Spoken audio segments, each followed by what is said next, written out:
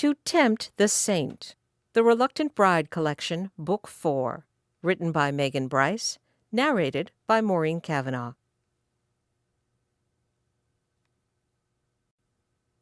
Part 1, London. Chapter 1.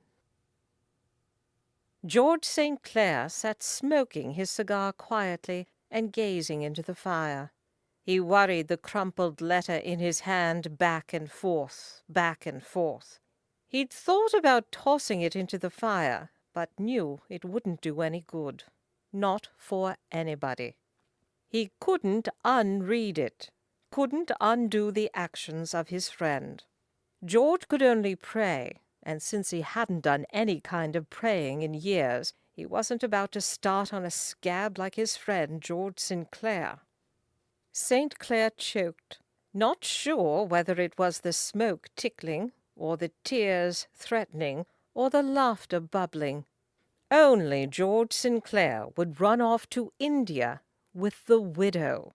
Only George Sinclair could do it, expecting to arrive at the very end a happily married man, with no consequences to pay. St. Clair thought again about praying.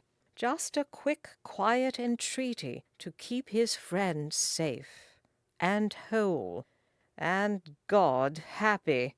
Someone somewhere should be happy.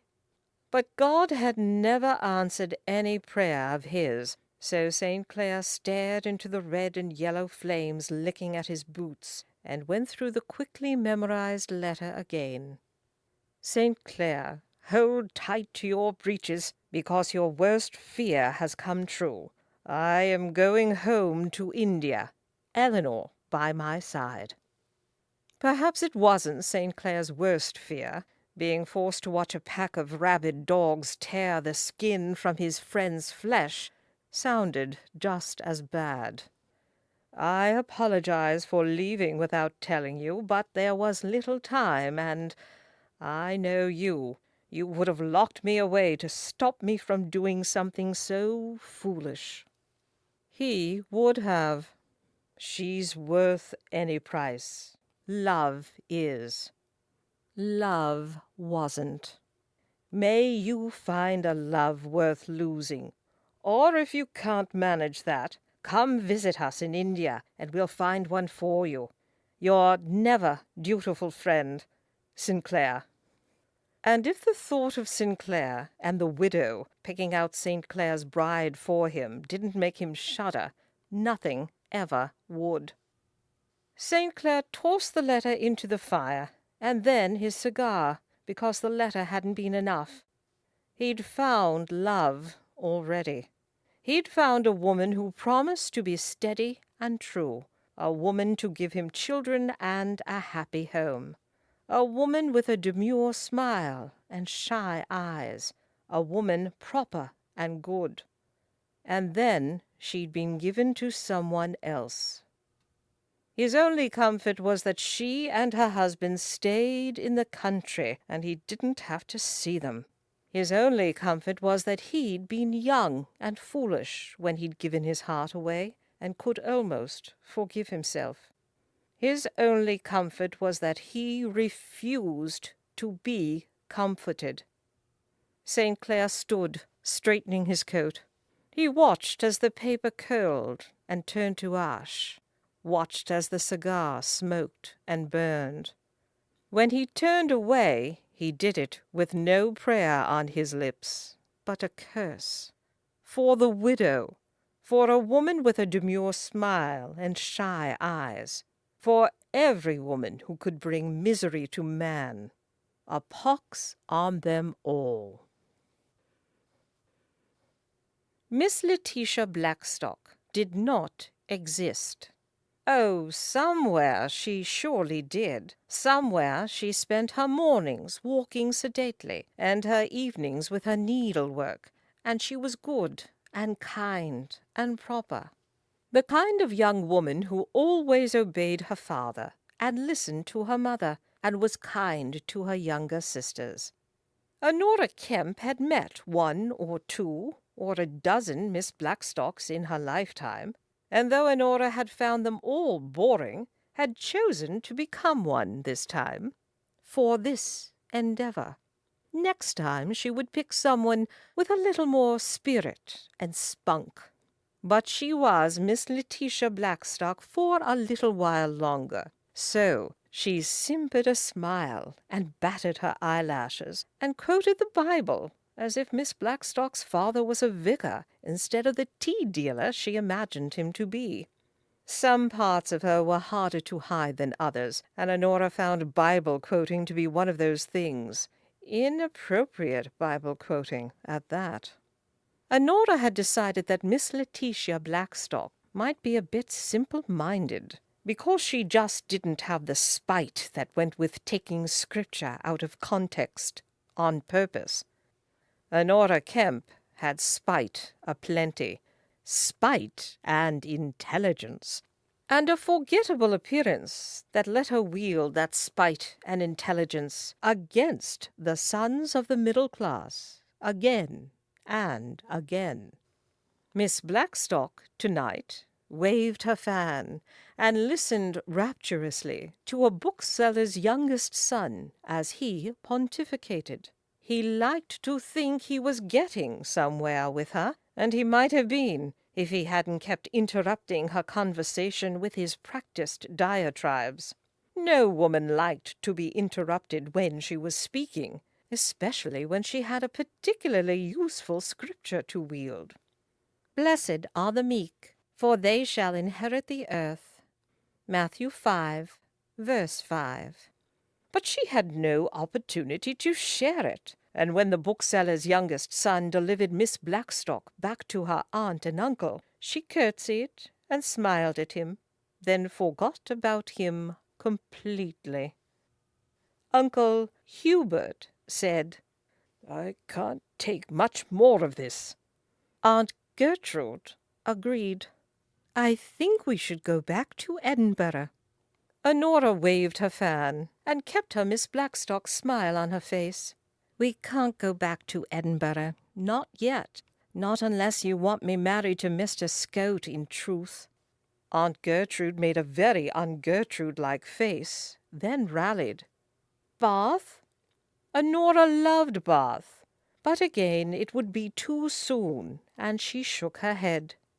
"It will have to be London, I'm afraid." "I hate London." And it didn't matter which one of them had said it. They both hated London. Honora didn't enjoy it all that much either.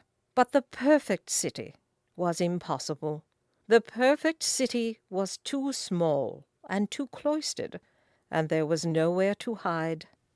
But perhaps when Honora grew too old to continue collecting suitors, and when they'd saved enough money that Her Majesty's 5% could give them a respectable living, perhaps then they could return home again, return to live near her young siblings, and not under her father's thumb, and live out her days as a too-odd spinster.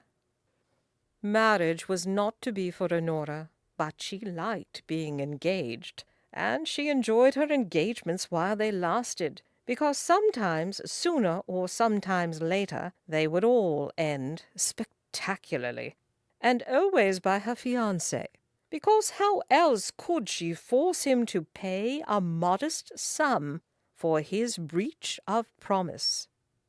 She could thank the newspapers for the idea. They adored reporting the goings-on of every poor woman forced to sue when her formerly affianced callously broke off their engagement. The fact that such a heinous act sentenced the woman to a life of poverty, forevermore unmarried and childless, guaranteed that the courts nearly always gave the woman a nice reward for her suffering. Those ladies chose to spend it, Honora imagined, walking sedately in the mornings, and practicing needlepoint in the evenings, and, perhaps, mourning the life they could have had, children and a husband. Honora had already mourned that loss, and no court would ever reward the act that had sentenced her to a life of poverty, for evermore unmarried and childless. Aunt Gertrude said, "Everyone's talking about Miss Smith and the Earl of Ferrers." Honora nodded. It was the latest and greatest breach of promise suit ever brought to the courts, because the lady was asking for a ridiculous £20,000 in damages. She would have been lucky to get a tenth of that. Uncle Hubert said, "She should have settled out of court. £1,000, and she could have had a very comfortable income in the country." Honora smiled. "Do you think she could have even got that without taking him to court?" He nodded. £100 for a haberdasher or a clerk, 1,000 for an earl. Since they'd got £100 from a haberdasher and £100 from a clerk themselves, Honora had to believe him. Aunt Gertrude sighed. "Oh, for an earl! One fell swoop, and we would be done." Uncle Hubert fingered his cravat. "And one short misstep, and we'd shorten our lives by the length of a rope. Better to stay away from the landed gentry." Honora agreed with him. She had no desire to pit herself against the resources of the upper class, and no reason to. It wasn't an earl who'd stolen her life. It wasn't a married man of the landed gentry who had preyed on a young girl's loneliness, naivete, and stupidity, and then left her alone to bear the consequences. It wasn't the upper classes she would reclaim her life from, one by one, man by man, until she once again had the future she'd been born to. George St. Clair had taken an interest in steam, courtesy of his newfound love of cigars. Steamships sailed daily to the west, bringing back the fragrantly rolled leaves. His father had sniffed snuff. George smoked cigars. He and every gentleman he was acquainted with had caught the craze, the papers announcing that this year more than 250,000 pounds of cigars were imported into England. The number continued to rise incredibly, not because there were more ships sailing, but because they were faster. Steam. His father had watched masted ships head out to cross the ocean, their sails flapping in the winds. George watched coal-powered puffs rising from stacks. He had no doubt that in a few years they would find a way to send steam-powered ships eastward, cutting the trip to India from 6 months to a mere 6 weeks. He might see his friend again before another 8 years was gone, and St. Clair thought he would enjoy the look on the widow's face should he track them down. But today St. Clair was still in England, sitting in the back row of a large lecture hall, listening to the first in a series on the power of steam, at the heat contained in fractured coal that ran like ribbons down the backbone of England. The only distraction to his thorough enjoyment of the lecture was the sporadic snores emanating from the gentleman asleep in the row in front of him. St. Clair shifted, grabbing the attention of the woman sitting beside the snorer. She turned her head just enough so that he could see muddy brown eyes sitting beneath a hideous hat, and she whispered, "My uncle. Some of us do not find heat and water so very intriguing." St. Clair muttered, "Then some of us should leave."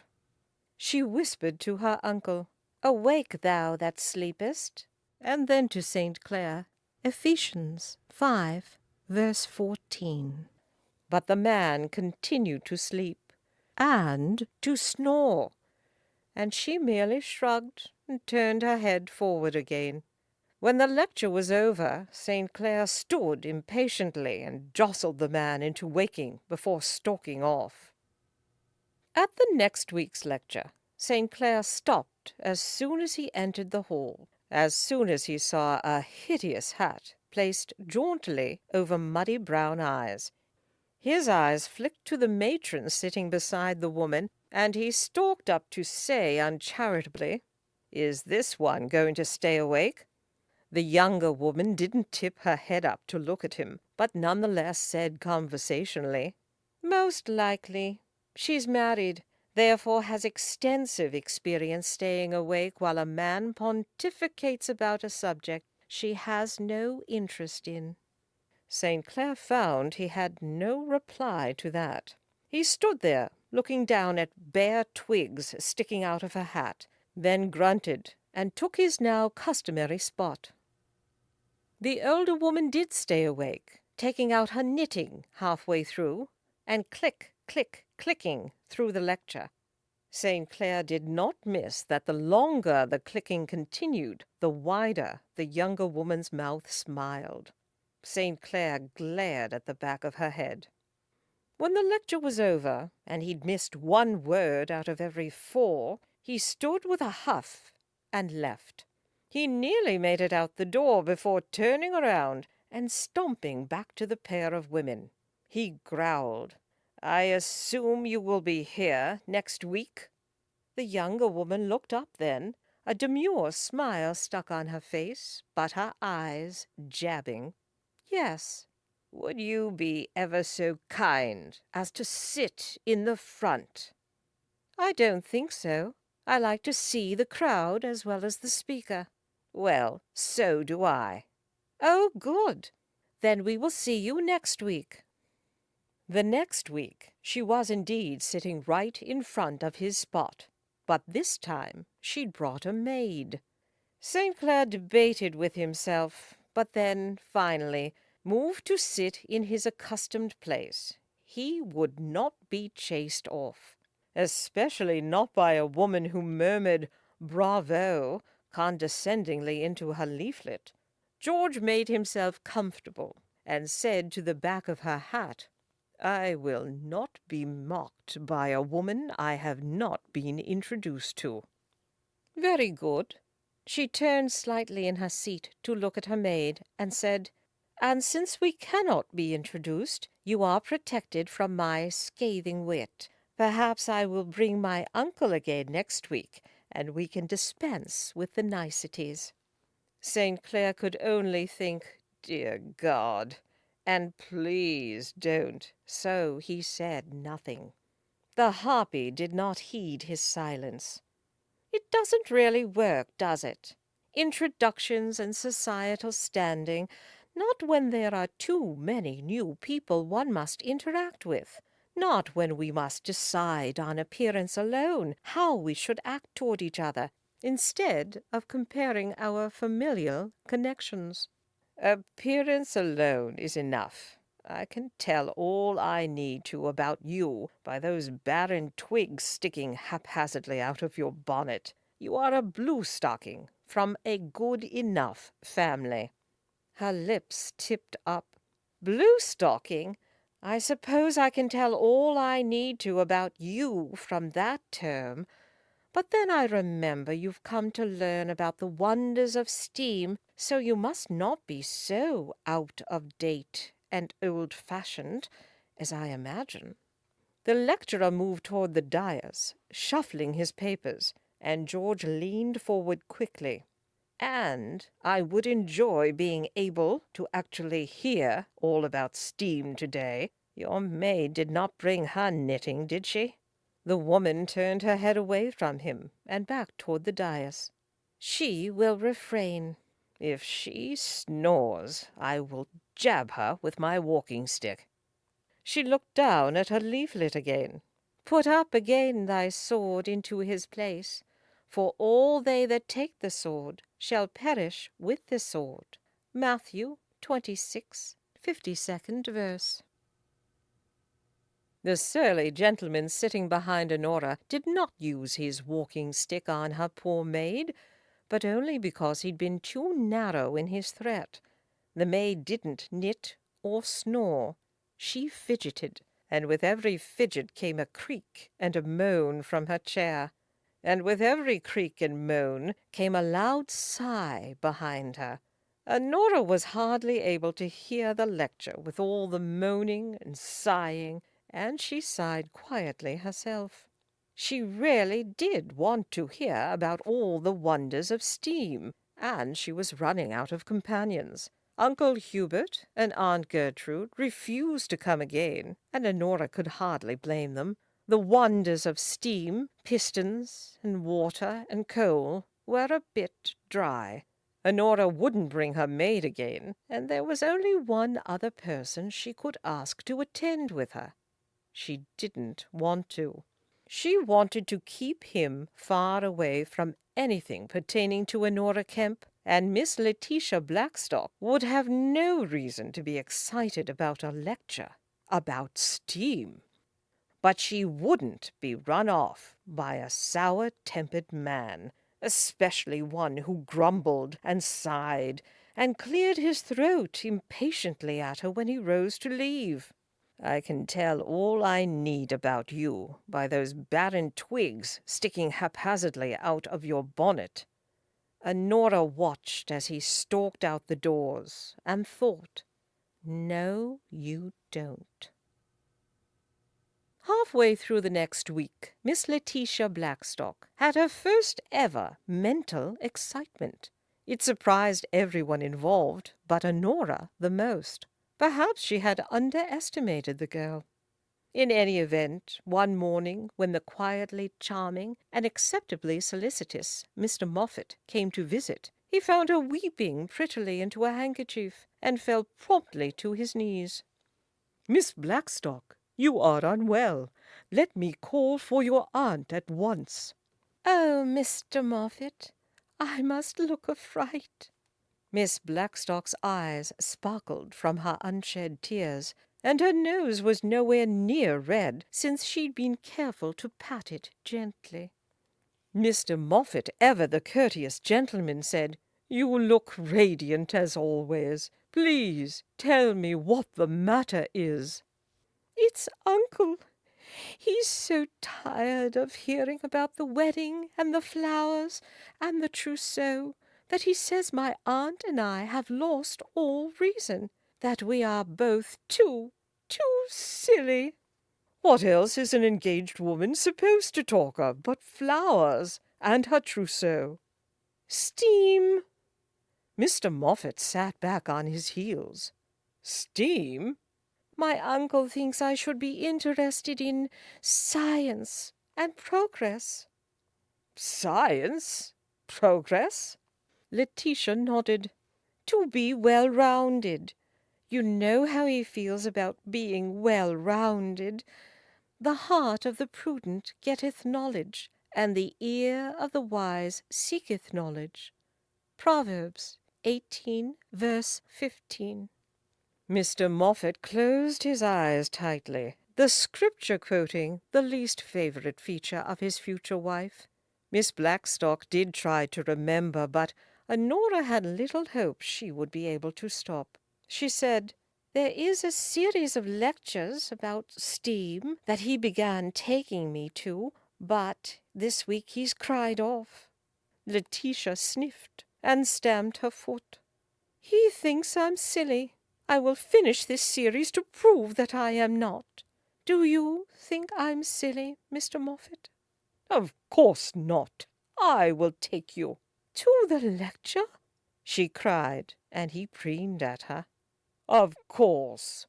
She leaned forward to whisper conspiratorially, "It is terribly dull, and the company is objectionable."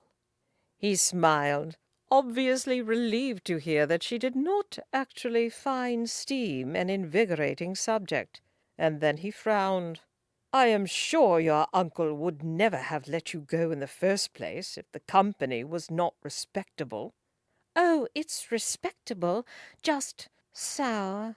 But you'll see when you take me." And she beamed at him. They arrived at the lecture hall early, and Miss Blackstock gossiped about the attendees, making up stories about them to make Mr. Moffat laugh. Her maid, to both women's relief, waited outside. They made their way to their seats, Honora's eyes meeting the surly gentleman's in the next row back long enough for him to say, "Let me guess. Your brother, or a cousin. Is there any hope he will be quiet for the duration of the lecture, or will you two be chattering away the entire time?" Mr. Moffat stopped and turned at the rude intrusion. Not her brother, or her cousin, her fiancé, Mr. Anthony Moffat of Cheapside. And you are, sir? Sourpuss looked completely taken aback, and Honora tried not to roll her eyes at him.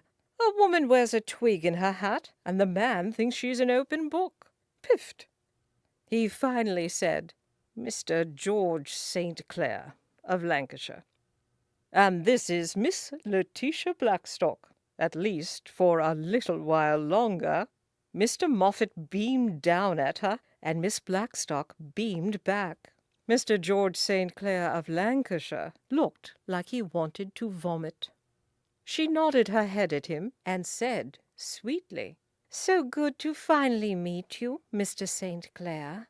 He looked even more taken aback at her sweet tone, and then the skin between his eyes puckered, and he narrowed his eyes. Honora quickly bade Mr. Moffat to sit down, and when he did, leaned in to whisper, "Sour." Mr. Moffat snickered, and Mr. St. Clair sat back in his chair and folded his arms, studying the two of them as if they had suddenly sprouted smokestacks. Honora would have enjoyed it more if Mr. Moffat had not then chattered through the entire lecture. Mr. St. Clair stood at the end of it and said loudly, "These lectures are so very illuminating. I wish I could hear more of them. Mr. Moffat, a pleasure. Miss Blackstock, your hat reminds me of springtime in the country, all these flowers bobbing happily. Almost makes me long for dead twigs." Mr. Moffat watched him walk away, with a perplexed look on his face. "He's an odd fellow." Miss Blackstock nodded, then held her hand out to be helped up. "Yes, very odd, but also well-rounded, wouldn't you say?" George St. Clair was intrigued, and he didn't like it one bit. For 7 days he'd thought of only one thing, one woman, 2 hats, 2 smiles, countless bobs and insults delivered with bite, and a sweet hello delivered with none. If he hadn't recognized her muddy brown eyes, he wouldn't have thought it was the same woman. Different hat, different mannerisms, different voice, same woman. He arrived early at the lecture hall the next week, then loitered outside until he felt like a fool and forced himself in. He wondered who she would be bringing today, and when she finally came in the door, it was no one. She met his eyes, then sat without a word. He cleared his throat. "Mr. St. Clair, you really should have that looked at. I see you're back to your twigs today, and alone as well." He looked around the room filled with men and a handful of women in somber-colored coats. "Do you think that wise?" "I brought my maid again. She's just outside. Should I tell her to come in?" He made a face. "No." "It is unfortunate that I have tested and failed all of my acquaintances. I will simply have to hope that my honor is safe among steam enthusiasts." She shook her head. "I take my very life in my hands in this pursuit of knowledge." His lips twitched. "We are a rowdy bunch." She nodded in total agreement with him, and he leaned forward in his seat to say quietly, "Does your Mr. Whoever know he is marrying a woman who wears 2 hats?" "Mr. Moffat, and you must not know very many women if you think my 2 hats is at all remarkable." "I've known more than a few, and none have had different smiles and different voices underneath those different hats." She paused, and George could practically hear the gears turning as she tried to come up with a response. She finally said, "A woman's hat is a reflection of her mood. When I am with my fiancé, I am happy. When I am here, I wish to be left alone." He sat back in his seat. He opened his leaflet. She turned to glare at him underneath this hat. "It's only a twig." And when your Mr. Moffat was here, it was flowers and a bird's nest. I do not dictate fashion, Mr. St. Clair, but am merely a slave to it. Quite the slave. Your entire personality changes with it." He leaned forward in his seat again, and her eyes widened, not with weariness, but with outrage. He murmured, "Tell me it's nice to meet me while you're wearing this hat." "So good to finally meet you." He smiled. "So good to finally meet you as well, Miss Blackstock. Oh, look, the lecture is about to begin." Chapter 2. George didn't stop smiling, not for a long while. Not when the lecture ended and Miss Blackstock leapt from her seat and stuck her nose in the air and walked determinedly away from him without another word. Not when he arrived home to find a letter from his father and cheerily tossed it in the fire without reading. Should have done that with Sinclair's letter as well. He had the vague impression that some people enjoyed receiving correspondences, but George did not. No good news ever came in one. He sat down with one of his cigars, closing his eyes to imagine mud-colored eyes, engaged mud-colored eyes. Poor fellow, he was in for a rude awakening on the wedding night. Or perhaps Miss Blackstock would keep her happy hat on during the honeymoon phase, but one morning Mr. Moffat would find himself peering underneath that twig hat, wondering what had happened to the woman he'd married. Honora Kempe fumed for 7 days. Miss Letitia Blackstock was asked multiple times over the course of the week if she was quite well. She snapped at her intended and insulted anyone who got near her, and Honora eventually quarantined herself. And then she was forced to suffer her aunt and uncle tiptoeing around and whispering in hallways. Honora squeezed her fist and shouted, "I can hear you." They poked their heads around the corner, and Aunt Gertrude said softly, "The stress has got to you, my dear. Perhaps it was too soon to jump into the fray again. We should have waited, given you time to rest. It is too late now. We shall simply have to wait until Mr. Moffat decides he has had enough and pays us off." Uncle Hubert muttered, "Shouldn't be too long now." Aunt Gertrude patted her husband's arm. "Is that your plan, then, to use this ill temper to force his hand?" It hadn't been her plan. She hadn't had a plan yet. But she'd had 5 engagements broken and had never floundered for a reason for ending it yet. Gentlemen, or at least those who thought of themselves as gentlemen, were willing to preserve the illusion of honor at any cost. Uncle Hubert noted, "He hasn't been round in 2 days. You've scared him off." "I told him I was not feeling well, and I would send a note when I was better." Her aunt and uncle exchanged a look, then came all the way into the room. Honora sat down and traced the pattern of the sofa with her thumb, and her aunt sat next to her. "It might be for the best, dear, if you never sent that note. End this one, and we'll go have a rest. Be ourselves for a little while."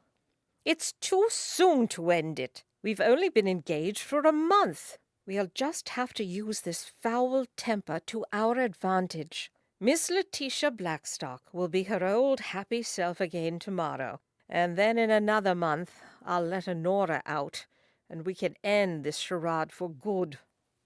Another month of being Miss Letitia Blackstock, and Honora could feel her temper bubbling and boiling.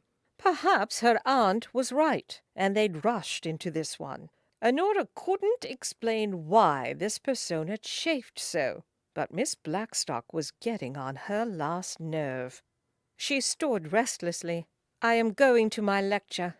Shall I go with you, my dear? And when Honora shook her head, her aunt continued, "I don't know why steam interests you so." Miss Blackstock would have explained again, but Honora simply said, "I know," and left the room. Honora was late to the lecture. A carriage had overturned, blocking the road, and when she finally left her maid to wait outside the hall and quietly tiptoed inside, her temper and frustration gnawing at her, someone was sitting in her seat. She stopped and glared at the offending gentleman. Mr. St. Clair shifted in his seat and tried not to smile, and Honora turned her glare to him. His eyes tipped up to look at her. Yes, twig hat. And then he moved his walking stick from off the seat next to him and turned his attention back to the lecture. Honora sat, and when Mr. St. Clair held out his leaflet to her, she took it without a word. Mr. St. Clair leaned toward her and whispered, "Your hat is quivering." Honora took a calming breath, opening the leaflet and willing her temper away. And then she laughed softly, because she was sitting next to Mr. St. Clair, and her temper wouldn't be improved with the experience. But he said not another word, and neither did she. And when the lecturer left the podium at the end, Honora was herself again, or as close to it as she could get, while not actually being herself. Mr. St. Clair held his hand out to Honora, and she stared at it. Yes?" "The leaflet." "Ah, thank you for the use of it. You may be able to get another, if you ask nicely." He glanced at her hat. "Or perhaps not." She turned her head to look at him, and his eyes were close, and gray, and amused. "If I was wearing my other hat, I could probably get yours from you." "I doubt it." She did too, but you simply can't imagine how men fall for a few flowers. He folded the paper, putting it inside his coat, and Honora asked, "Did you save this seat for me?" "I didn't. But when I saw you getting ready to attack the poor gentleman who'd unwittingly sat in your favored spot, I decided I would rather hear the lecture. You were already causing a commotion by being late." She smiled slightly. "A carriage overturned. You can hardly fault me for that." "I can. I did. I will." She rose, and he followed her as she headed to the exit. "Next week, I trust, I will be able to hear the entire lecture. A man should be able to expect that at least once." "You've already had your once last week." "Then once more, if you please, Miss Twiggy Blackstock. Next week is the final lecture." Honora reared back. "Twiggy?" "Your alternate ego is Miss Apple Blossom Blackstock." She laughed, shaking her head as they exited the hall together. She spotted her maid and waved her over and said, "Should I wear the other hat next week?"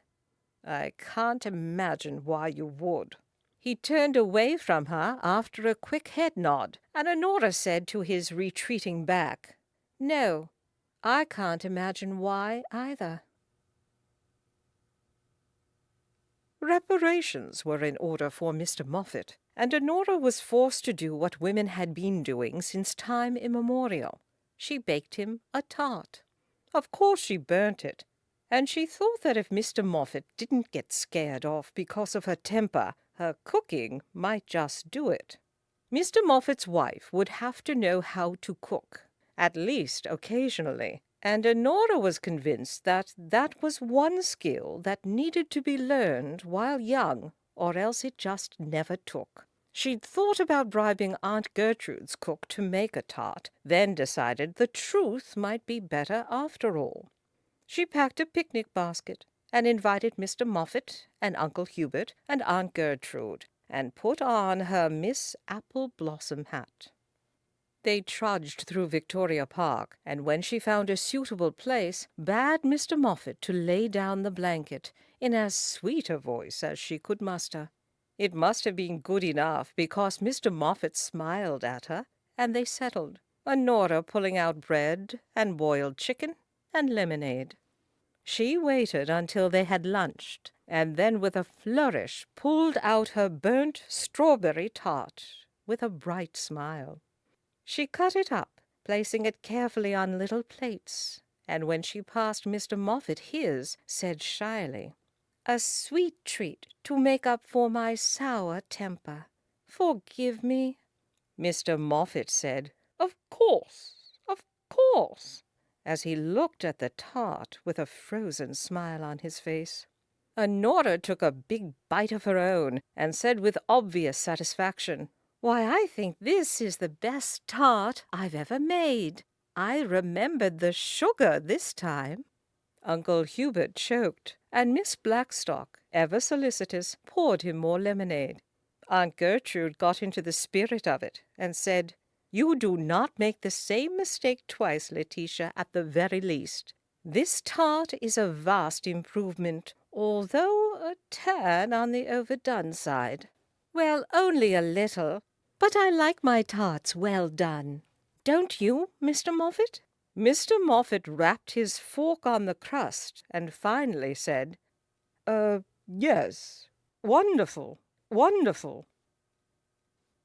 The next week, having learned her lesson about carriages and traffic, Honora was early to the lecture, and when she sat down, it was next to Mr. St. Clair again. He looked at her.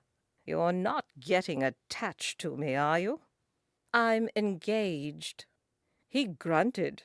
Engaged is not married. Honora thought no truer words had ever been spoken.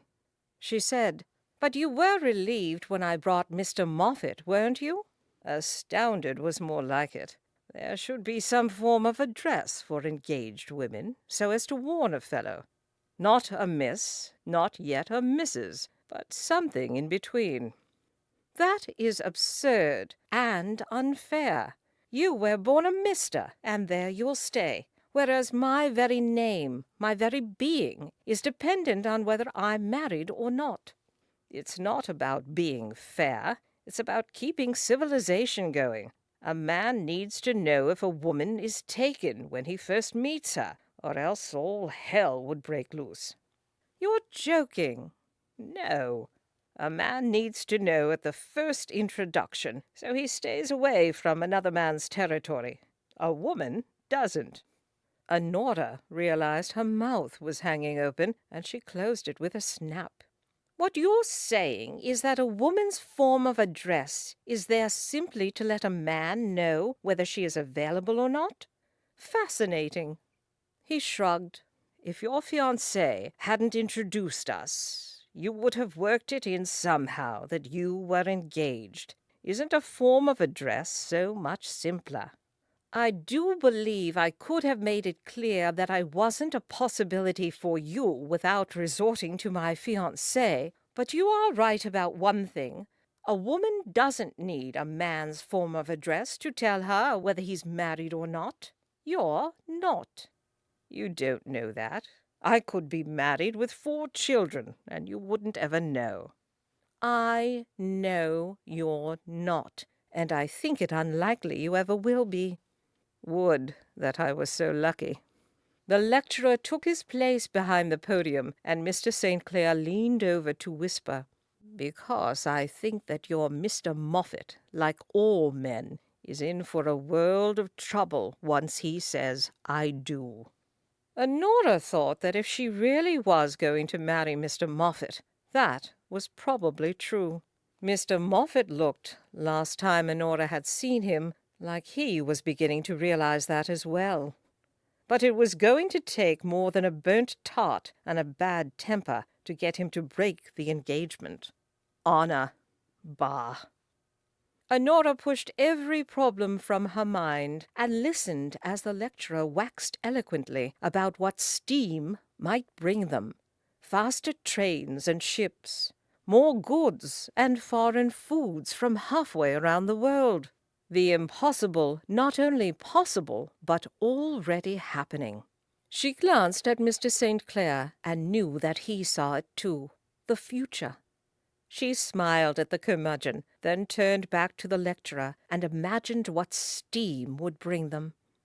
When the lecturer stepped down from the podium and the audience had stopped clapping, Honora sighed. "I will miss these lectures, you notwithstanding." Mr. St. Clair gathered his walking stick. "Why, what is it about steam and coal and ships that grabs your attention?" "I don't care whatsoever about steam or coal or ships." "Then why do you come every week? Simply to torture me, I can only infer." "It does have its perks. I do so enjoy the sound of a man clearing his throat at me. Have you had that looked at yet?" He raised his eyebrows at her, not saying a word, and she said, "It's the future, isn't it? Speed and power and change. I care about the future. I care about paying for the future." He turned fully in his seat to face her. "Of all the things I imagined you saying, that wasn't it. You care about paying for the future? Surely Mr. Moffat will take care of that for you." Honora studied the leaflet in her hands. "My interest in paying for the future is no indication of Mr. Moffat's ability to provide. Do you think he will take it that way?" "Are you giving me marriage advice, Mr. St. Clair?" "Someone has to, if you think you can invest without your husband's interference." Mr. Moffat did not seem too interested in steam. "No." "It's the future." "Well, yes, but you think I should leave it to him because he's a man." "I have never known any woman to have an interest in money beyond where to spend it." "We have already established that you must not know that many women." "I know absolutely 0 women like you." "I would have guessed that you insist on coming every week to interrupt my enjoyment." "I didn't interrupt you today." "No, but it is the 7th week, and only the 2nd time you haven't. I might be forgiven for my hyperbole." "Perhaps you might be forgiven if I was wearing a different hat." "An impasse, then. I won't forgive you. You won't forgive me." "However will we live with ourselves?" "Lesser men would crumble under the weight." "But not us." He was silent for a long moment. Then finally his lips tilted northward, and he dipped his head toward her. "Not us, Miss Twiggy Blackstock. I assume you will be coming to enjoy the next lecture series as well." She cocked her head. "I wasn't. What is it about?" "Trains. Steam trains, specifically." Perhaps I will." He stood waiting for her to rise, then followed until she met up with her maid. He bowed. "Perhaps I will save you a seat." Miss Twiggy Blackstock adjusted her hat and said, "Perhaps I will save one for you." There was another letter waiting for George when he arrived home, and he tracked down his valet to thrust it at him. "I told you to refuse the post." "Yes, sir. It is from your father." "Yes. I specifically do not want any correspondence from him. I specifically do not want any correspondence from anyone." "Yes, sir. Should I read it for you?" George crumpled the letter and found the nearest fire. "Colin, if you looked any less like your sister, I would throttle you."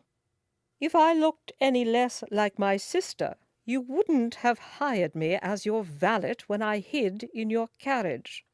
"I should send you back home."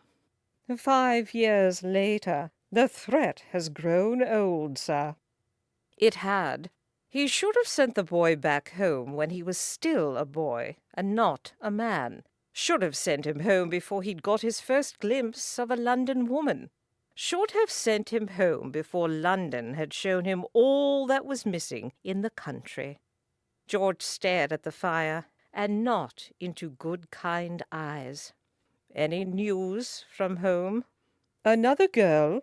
They've named her Winifred. And your brother? Still a pompous prig, sir. George nodded. No more correspondences. Colin sighed. Yes, sir. George went to his club to smoke and be bored. He didn't know when life had lost its sparkle, didn't know when everything he'd once found pleasure in had become dull. He thought of the country and his home, and wished he could go back to his youth, go back to his family, go back and rewrite the past. But that was all impossible, and he had no interest in going back to what currently was. So he smoked, and thought of absolutely nothing, and talked to absolutely no one. No one hailed him, no one came over to bother him, not now that Sinclair was off to India again. George was happy that no one bothered him. Happy. But he thought of muddy eyes that liked to spar with him, that liked to irritate him, and he thought she must like to irritate everyone, liked to poke and rile when civilized men and women knew how to keep the peace. And then he remembered her alter ego, Miss Apple Blossom, and thought she must know how to keep the peace as well, must know how to be sweet and womanly. She just didn't like to. George puffed and smiled, forgetting that he was bored and lonely, and instead imagined again the surprise Mr. Moffat would wake up to on his wedding day. The harpy had saved a seat for him the next week, and when she picked up her leaflet to make room for him, he said, "This is perilously close to indecent, Miss Twiggy. What would Mr. Moffat say?" She cocked her head and really thought about it. "Do you think he would be worried that you were poaching on his territory?" "If I was Mr. Moffat, I would be worried." "You men are so very strange." She looked at him out of the corner of her eye. "Are you poaching?" "You were the one who saved me a seat. If anyone is poaching, it is you." "Oh, good. Because I'm not, you may rest assured. Now, if you were engaged, it might be poaching, but in your case I think the correct term would be hunting." He coughed. "Are you hunting me?" "No, I was just pointing out the correct term. I'm engaged, Mr. St. Clair. Please try to remember." "If you acted like you were engaged, I might be able to." She shifted in her seat to study him. "Would you be worth hunting? Are women lined up trying to catch you?" "No." "Not the eldest son of so-and-so?" "No." She faced forward again. "Ah, well, better luck for the future. I have 2 older brothers and a twin." "Good God! There are 3 more of you? Your poor mother." "Dead." "Oh, yes, mine too." He nodded, and they said not another word. No condolences, not when they both knew condolences were worthless. She rustled her leaflet and finally asked, 3 brothers. Any sisters?" "I was spared. You?" She fought a smile. "If half-sisters counted, I would have 3. "You don't like them?" "I'm sure they are wonderful people now that they are out of leading strings. I haven't seen them for a long time. And stop me if you've heard this story before. Mother dies, father remarries. New mother insists on breeding repeatedly, so eldest daughter goes to live with her mother's sister." He nodded. "The story is as old as time itself. I assume your aunt then treats you very poorly?" Oh, no, she and my uncle spoil me rotten. That was my second guess. They weren't able to have children, you see, so they didn't realize that I was a handful. His laugh surprised him. How could they have missed it? The next week, he got there first, and she huffed when she saw him already seated. "You are too early. I'll have to leave the night before to get here before you. You must have quite the distance to travel. Your sacrifice for the future is impressive." "No one cares more for my future than I do." "You have a fiancé and an uncle who spoils you rotten. My guess is that there is a line of people who care for your future at least as much as you do." Honora opened her mouth for a scathing retort, and then closed it, because how could one softly spoken truth make her stomach clench with anger and shame? How could it make her feel ungrateful? A long moment passed as they sat in silence, and when her emotions were back under control, she said, "My fiancé and my uncle are both fine and wonderful men, but they don't have that need, that drive to want more." "And your father?" "My father is too busy with his new family. If it was up to him, he would leave my mother's portion in Her Majesty's service for a measly 5%. "Many widows and orphans live on that measly 5%. "I know. I don't want to be one of them. And perhaps you're right. There is a line of men who care for my future. They just see it differently than I do." "Ah, well, that is different then, and something I have experience with myself." She remained quiet and met his eyes, and he said offhandedly, "My father." "All fathers, I suspect. Did he want you to go into the military?" "No, I did exactly what he wanted." "Since there are few paths for a younger son from a fine family, I think you've trained to be a man of the cloth," she said, and his eyebrows flew up in surprise. He looked at her, and saw her, and Honora's heart raced. She said, "Only those who've trained for it can invoke guilt, shame, and ingratitude with a single phrase. Only those certain of their place in God's kingdom can be so condescending and self-righteous. The rest of us muddle along the best we can." "Is this you muddling along?" She held up her leaflet. "No, this is me studying." This time it was he who fumed silently in his seat, and she didn't let him get his emotions back under control. She said, "I'm right, aren't I?" "You've already decreed it. I doubt anyone dares contradict you." "I have no doubt you would contradict me with great pleasure if you could." "You know, Miss Twiggy, though I barely met the man, I find I have great sympathy for your poor Mr. Moffat." She said, "Behold, we count them happy which endure, Mr. St. Clair." James 5, verse 11. Chapter 3. George did not stay long after the lecture to argue with Miss Twiggy. He kept hearing her confident tone declaring him to be a man of the cloth, as if it was written on the lines of his face, the timbre of his voice. "I have no doubt you would contradict me with great pleasure if you could," and damned if she wasn't right. He was a man of science, of the future, not a man forced to believe and parrot what was written down in a book centuries ago. And yet he was, or should have been. But he'd returned home from university to find that his sickly twin had been nursed for the last few months by the love of George's life. That she was, instead of waiting for George, quietly engaged to his brother. His father had sat him down. "It is a good match for everyone, George." And George had told his father shock still making his voice weak. "But I love her, and she loves me. I am sure of it." "Perhaps, but she loves Henry as well.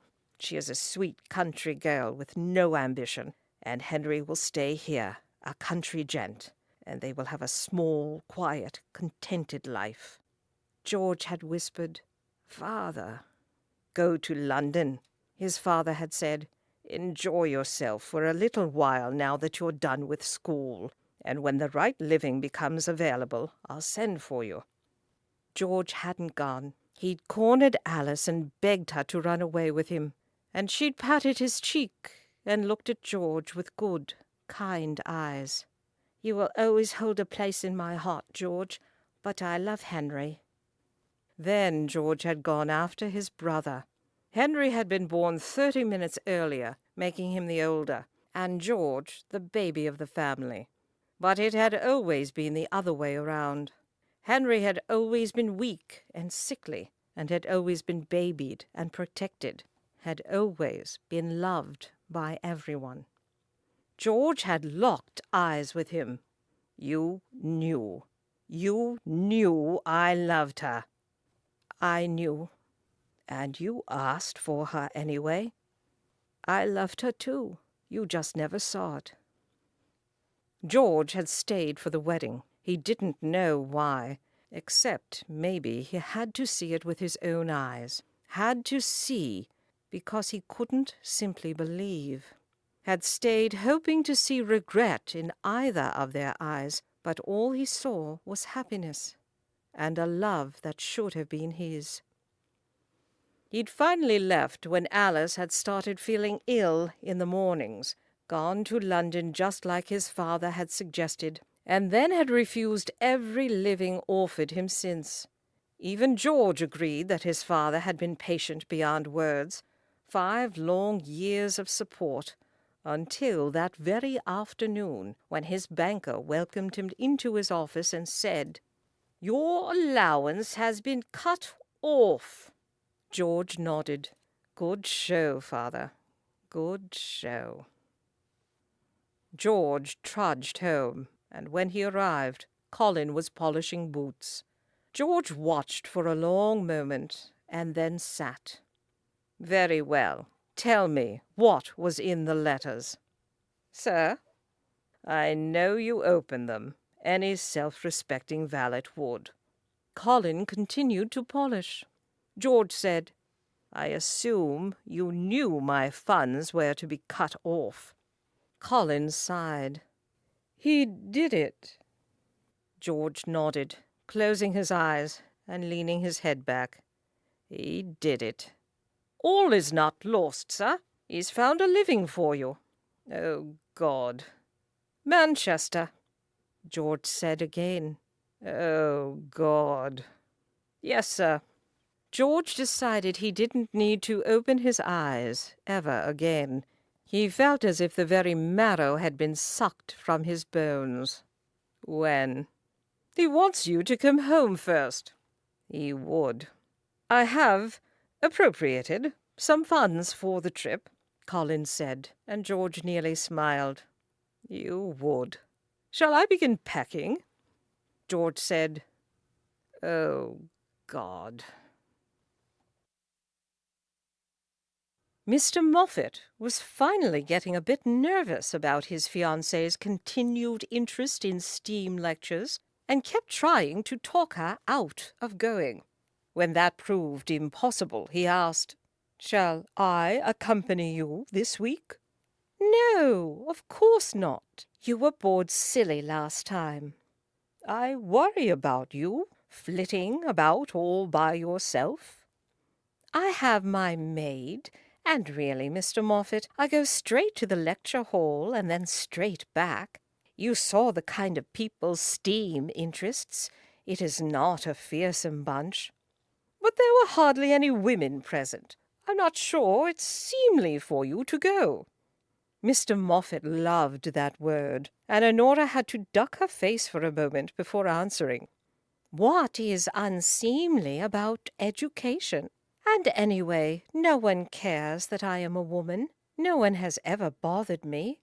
What about the man who talked to you?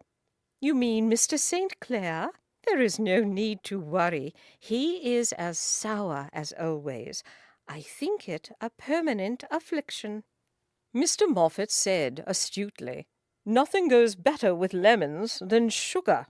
Miss Blackstock simpered and tinkled a little laugh. "Mr. Moffat, you are so poetic. But there are many things that sugar goes with. Strawberries, cherries. Oh, shall I make you another tart when I get back from my lecture?" She arrived nearly half an hour early for the lecture, but before she could enter the hall and make sure she had bested Mr. St. Clair, a youngish boy tugged at her dress with his filthy hands and said, "Miss Twiggy?" Honora stopped, preparing herself to fight him off, and saying cautiously, "Yes." "Here." He thrust a folded-up piece of paper at her. "The cove said you give me something for it." She took it, unfolding it to read the name signed evenly and perfectly legible at the bottom, and her heart thumped. She folded it back up quickly and dug in her reticule for a coin. "I'm sure the cove gave you something already, but thank you for keeping it clean." He snatched the coin out of her hand and ran off, and Honora went inside the lecture hall. She took a leaflet, and when she was settled, and she couldn't take one more minute of imagining what George St. Clair could possibly write to her about, she unfolded the letter and placed it inside her leaflet to read it surreptitiously. 1 minute later, the excitement had been replaced with something else. Not dread. How could she dread Mr. St. Clair leaving? He was nothing to her except an entertaining interlude. Not anger. He wasn't foiling any plan of hers. Perhaps disappointment, regret. She looked at his even handwriting and knew Mr. St. Clair had felt the same something that she did. A single gentleman sending a note to an engaged woman was perilously close to indecent, and their relationship, if it could even be called that, did not require him to inform her of his imminent departure from London. For good. For ever. She stared at the podium, then down at her leaflet. Steam, trains, the future, her future. Honora Kempe got up quietly and left the lecture hall. It took 2 weeks to get rid of Mr. Moffat. A few temper tantrums, a couple of dinners, handmade. Honora thought it most likely that her blackened toast, and the resulting tantrum when Mr. Moffat could not get his teeth through it, had been the final straw. But eventually Mr. Moffat could take the thought of his future no longer. Honora had sobbed and screamed and hysterically shouted how she was ruined, and generally made Mr. Moffat absolutely sure that he was willing to pay any price to get rid of her. And when Uncle Hubert stepped in, with his quiet voice and calm acceptance, Honora had collapsed onto the sofa and cried into her handkerchief. She cried and cried, never hearing the negotiation, cried for herself, cried for poor Mr. Moffat and the 5 gentlemen who had preceded him, cried for her aunt and uncle, cried for her mother, gone so long ago, cried for the home she missed, cried knowing this game was all she would ever have. Honora cried until she was all cried out. She took a few shaky breaths, and when she heard nothing, slowly lifted her head to find her uncle alone, his eyes closed, just here in the room with her. Honora's eyes prickled again, and she blinked them back. She wouldn't cry because she wasn't alone, wouldn't cry because her aunt and uncle, for some reason, had taken her in and loved her when no one else would. Uncle Hubert asked, "Feeling better?" She nodded, though he couldn't see it, and patted her sore eyes. I do so hate Miss Blackstock." "She is indeed very volatile," he said, and Honora's laugh was wet and watery. She wiped her nose on her soaked handkerchief and pushed herself into a more upright position. "I believe it would do us all good to take a little break, Honora. Be ourselves for a while. With Mr. Moffat's donations, we have enough for a small cottage in the country, enough for bread and cheese and the occasional joint of meat." They had enough, just enough. The word reminded her every time of what had been stolen from her, and she said, "Letitia." Uncle Hubert opened his eyes. "Still?" "Still. I know where we're going next, Uncle. I've found our Earl of Ferrers." George St. Clair walked home. The coach from the rail station had dropped him and Colin off at the village inn, and despite Colin's wish to stop at the tap room for a refreshing and fortifying drink, George had merely picked up a bag in one hand and a side of his travel trunk in the other, and waited. Colin grabbed the other side sullenly and muttered, "The Lord's son slinking home with his bags in his hand." The prodigal son. Everyone will enjoy the story. "I want it to be known I am not slinking home. I am merely following my employer." "You're not going home at all. You'll be staying with me at the Hall." Colin blew out a breath. "Downstairs? And my sister up? That is awkward. Would you prefer to stay with your brother?"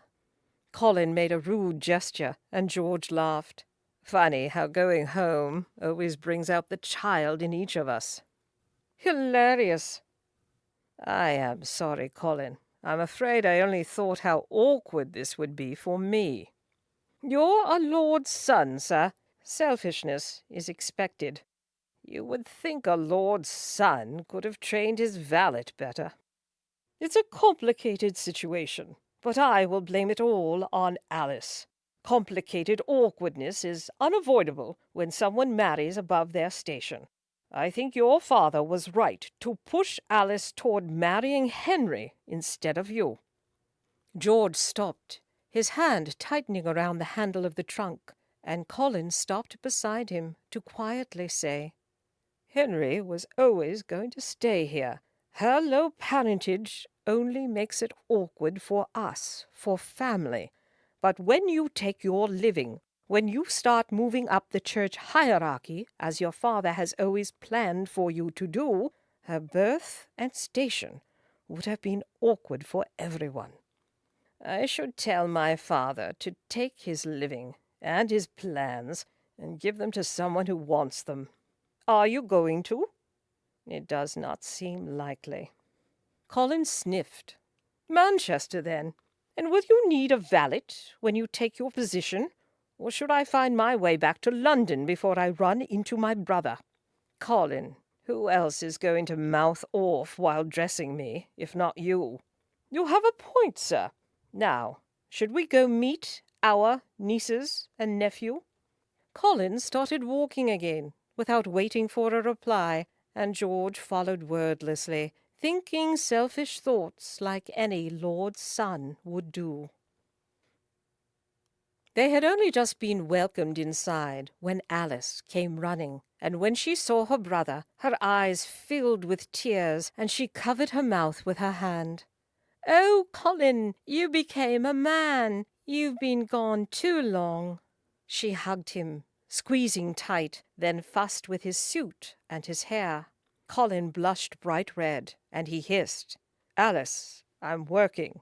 She laughed and swatted at him, and she turned to George. "You too, brother. You've been gone too long." Lord St. Clair came out from a room, saying, "I agree. Too long." Colin tried to get out of line of sight of the Viscount, unsuccessfully, since Alice was still clinging to his arm, and George had to give his father credit. He welcomed Colin warmly, told Alice to take her brother into the sitting-room so she could visit with him, and turned to greet his son. George nodded at Colin to go, and then stared back at his father, who said, "Glad you could come." As if I had a choice, George thought. And I'm not. But he'd only just accused Colin of being childish now that they were home, so he said, "Yes, it's been a long time. Let's go into the library. Henry is resting right now, and you can say hello to the children when they come down to say good night. I think Alice and her brother will be busy for quite a while, which leaves us to discuss your new position. I confess, when I heard how close it was to home, I jumped on it. I wish all my sons could stay near at hand and close enough to visit more often than every 5 years." George said, "Hard to do when one son is stationed in Africa." "He's a good writer, though," Lord St. Clair said to the son, who wasn't. "Been promoted to major, moving up." His father sighed as he sat, satisfied with his second eldest son's progress. "And you've seen Alice, already recovered from the newest. I expect there will be many more." "The child is healthy?" Lord St. Clair nodded proudly. "Healthy and strong. Her lungs. You'll hear her." George couldn't keep the bitterness from his voice. "It's all falling into line for you, isn't it, Father? I have always said that your mother gave me 4 sons for a reason. 1 for my heir, 2 for the military, 3 for the church, and 4 to stay home and bless me with a multitude of grandchildren. It is lucky for you that 3 of your sons followed your plan to fruition. The 4th one will as well." The 4th one said, "Why? Why would I? What else are you going to do?" George sunk into his seat and closed his eyes. His father said softly, "I know you wanted her, son, but you didn't need her, not like Henry. Her health when Henry has none. His relations when hers were lacking. Father, I don't want to hear how you bred them. And if I did, their children are healthy and strong, and they have a far better future than they would have had their parents married others." George opened his eyes. "Am I the only one who sees this part of you, that you think you are God?" His father got that satisfied look on his face. "That is because you are a man of the church. You've been trained to see God everywhere." George's disgust turned to dread. The 4th son was falling into line as well. "Yes, I see God everywhere, as you say," he said, and tried not to roll his eyes. "Tell me about this living." "It's on the outskirts of Manchester, in the newly created diocese." His father beamed with pride, as if he had not only single-handedly created this opportunity for his son, but also the textile factories that employed the ever-growing number of immigrants looking for work, the coal mined in the nearby hills that powered the heavy machinery, and the railways that transported finished goods out to the world. "The town is growing so quickly. Nearly 24 churches have been built in the area since you left school, and a dozen more are in the planning stage. Your living should be comfortable enough for a bachelor, though you won't be able to stay one for long now." "Sounds horrifying, depressing." "I'll be going with you." "Torturous." "I don't need a chaperone, Father." "I'm not going for you. I've ordered the house opened. I spend some time there every year checking my investments. Might as well do it now. You may stay with me until you are settled, if you like. I assume my allowance will not be reinstated any time soon." "You assume correctly. Once you've picked a wife, the matter will be revisited. We need to attract the right kind of woman for you. The kind of woman who will be comfortable hosting archdeacons, bishops, the archbishop. You won't be able to find that on a vicar's salary." The entire thing was horrifying, depressing, and torturous. George said, "When are we leaving for Manchester?" "Is a week too long for you to spend at home, to visit with the family you haven't set eyes on in 5 years?" Yes, it was. George stood. "I'll need to bathe before dinner. I'll go find Colin." Colin unpacked while George bathed, putting clothes away with a running commentary. "She's the exact same. I thought maybe your family would have put some polish on her, but no. My father doesn't need her polished."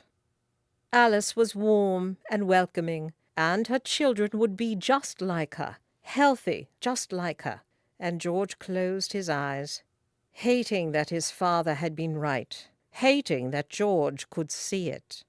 Colin said, "She's happy." "Good.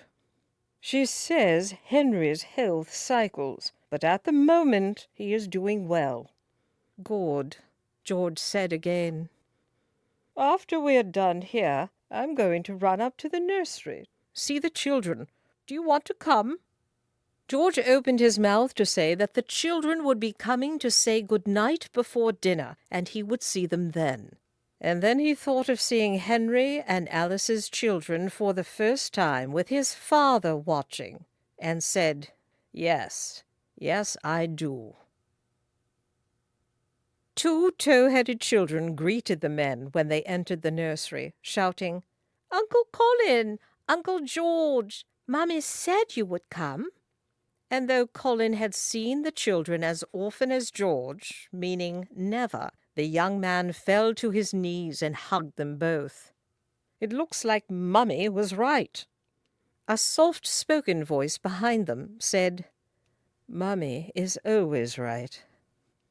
George turned, looking over his brother carefully as he sat in a plush chair near the fire, noting the frailness that never went away, thanks to the wasting sickness that had plagued him since birth, noting that he looked happy beneath the frailty as he watched his children pull Colin here and then there, showing off their toys. "You're looking well, Henry." "Feeling well, George. You look tired. Tired of life."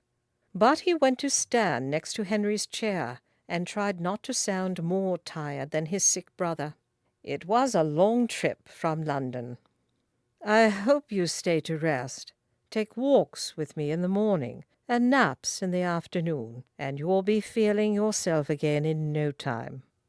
George didn't think so. He was pretty certain that what ailed him couldn't be fixed with walks and naps, but he nodded at the brother he hadn't seen in years. "I would love to join you on your walks, though I might skip the naps." Henry chuckled lightly. "I know it sounds childish, but Alice swears by them, and I must admit I feel better when I am able to sleep for a bit partway through the day. Invigorates me enough to last, through dinner at least." Henry watched the children and Colin play with one toy after another, and George remembered how his brother had always had to sit and watch others play. Henry said, "Alice and father will appreciate having company a sight more active in the evenings, and we'd all love to hear about London. How long are you planning on staying?" "A week. Then I'm off to finally start my life." But it felt as if George's life was ending, as if he knew exactly what the future held in store for him, and he didn't like it one bit. But indeed, what else was there? Colin played toy soldiers with the children, dying exuberantly and making them squeal with laughter. And when all 3 of them finally tired of it, Colin pushed himself from the floor, remembering loudly that he was a grown man of 20, and while he would have liked to stay all day playing, he had dinner clothes to prepare. George said, "Awkward, indeed." And Colin said over his shoulder, as he closed the door behind him, I'll remind you for Boxing Day." Henry shot a disappointed look at George. Boxing Day? He is family, George. As he points out every year, he is both family and a servant, and so deserves gifts on both Christmas and Boxing Day. Henry laughed. "Ah, very well then. I am glad you have someone, George, who is not afraid of you. I am glad you are not alone." "Afraid of me? Are you?" Henry thought for a long moment. "Not afraid, but you can be very severe. I'm glad Colin is there to poke at you. He does an admirable job of it. Perhaps once you're comfortable in your new living, you can add a wife to your small circle." George sighed and thought he might need a long nap every day after all. "Father will no doubt find me a suitable wife who loves to poke at me as well as Colin. For an old widower, he does not do a bad job of picking out exactly what one needs." The baby started her howling at that moment, the sound making George's ears tingle even through the closed door. How in the world can something so small be so loud? Henry smiled, as if her screams were the sweetest sound he'd ever heard. "You should hear when she really gets going. Father did say she had some lungs on her." Henry closed his eyes to listen to the life bellowing from his child, and George watched him, wondering how many of the 7 deadly sins a man could commit while looking at his brother. A week was far too long to stay, but he did, and at the end of it he hugged the children good-bye, kissed Alice's cheek like a brother, thumped Henry gently on the back as if they were good friends. He didn't look back when the carriage began its journey to Manchester. Lord St. Clair sat across from him and said, "I was right about them, wasn't I?" "Yes, father." The older man nodded. "I'll be right about you as well. You'll see." Part 2. Manchester. "Sinclair, glad to hear you have landed in India. The place must agree with you, or is it as I have always suspected, and you are simply a lucky scoundrel? The widow has made an honest man of you, and there is a child on the way. Just how long is the journey to the edge of the world? All joking aside, I am very happy for you, old friend. Happy to have been wrong about that, and well wishes to the both of you. Your friend, who will be joining you in matrimony fairly soon, if father has any say in the matter, St. Clair." Chapter 4. Miss Letitia Blackstock had changed a little. Scandal will do that to a girl. She smiled a little less. She wore her twiggy hat a little more. Those who had known her in London, and there were a few, unfortunately, noted the change and whispered about it. Aunt Gertrude stood at the edge of a smallish ballroom, watching those around them dance and laugh and include them not at all, and said, "I didn't think any place could be worse than London. Perhaps it is the season." Honora said, "It's the rain. It hasn't stopped since we got here." Uncle Hubert cleared his throat. "It's rained no more than it did in London. It's the welcome." It was the welcome, or rather, the unwelcome. The few acquaintances who'd known her, or of her, had made short work of her ruined engagement. She was surprised they'd been invited to any gathering at all, and if she had still been Miss Apple Blossom Blackstock, she would have been grateful and thankful to be allowed here on the outskirts. She wasn't Miss Apple Blossom Blackstock any longer, thank the Lord. And Miss Twiggy wouldn't be grateful for small, poisonous favors. She said, "I don't care a fig whether they welcome me or not. There is only one person I care to see, and I want him to know that I am a free woman." "But will he welcome you, my dear? Miss Blackstock has been tarnished." "I must believe that he won't care, Aunt. The real problem is running into him. Our circles do not overlap." "You mean his and Miss Blackstock's circles do not overlap." That was what she meant. Honora Kempe might have been his equal, but since Miss Blackstock is how he knows me, that is who I must stay. "I would say he must know you very little. Did the matter of who your father is come up at all?" Honora tried to remember. Had she ever mentioned her father? And if so, what had she told him? Lies were so easy to confuse. "If we can but find him, I can figure out what I told him about my father, and embellish, should I need to. Perhaps Mr. St. Clair is not in Manchester." Perhaps. His note had given her very little information, only that he was leaving London for Manchester, and offering her and Mr. Moffat a hearty good luck. It had turned out to be harder than she'd expected to find one man in a town that was rapidly approaching 300,000. Honora said, "Then we are here in this dreary and hostile land for nothing." Her aunt and uncle shared a glance over her head, and Honora pretended not to see it. Pretended not to see the conjecture in the men's eyes and the contempt in the women's. It did not improve her mood to know that she deserved both, though not for the reason they assumed. She knew she would not see the same in Mr. St. Clair's. She hoped she would not.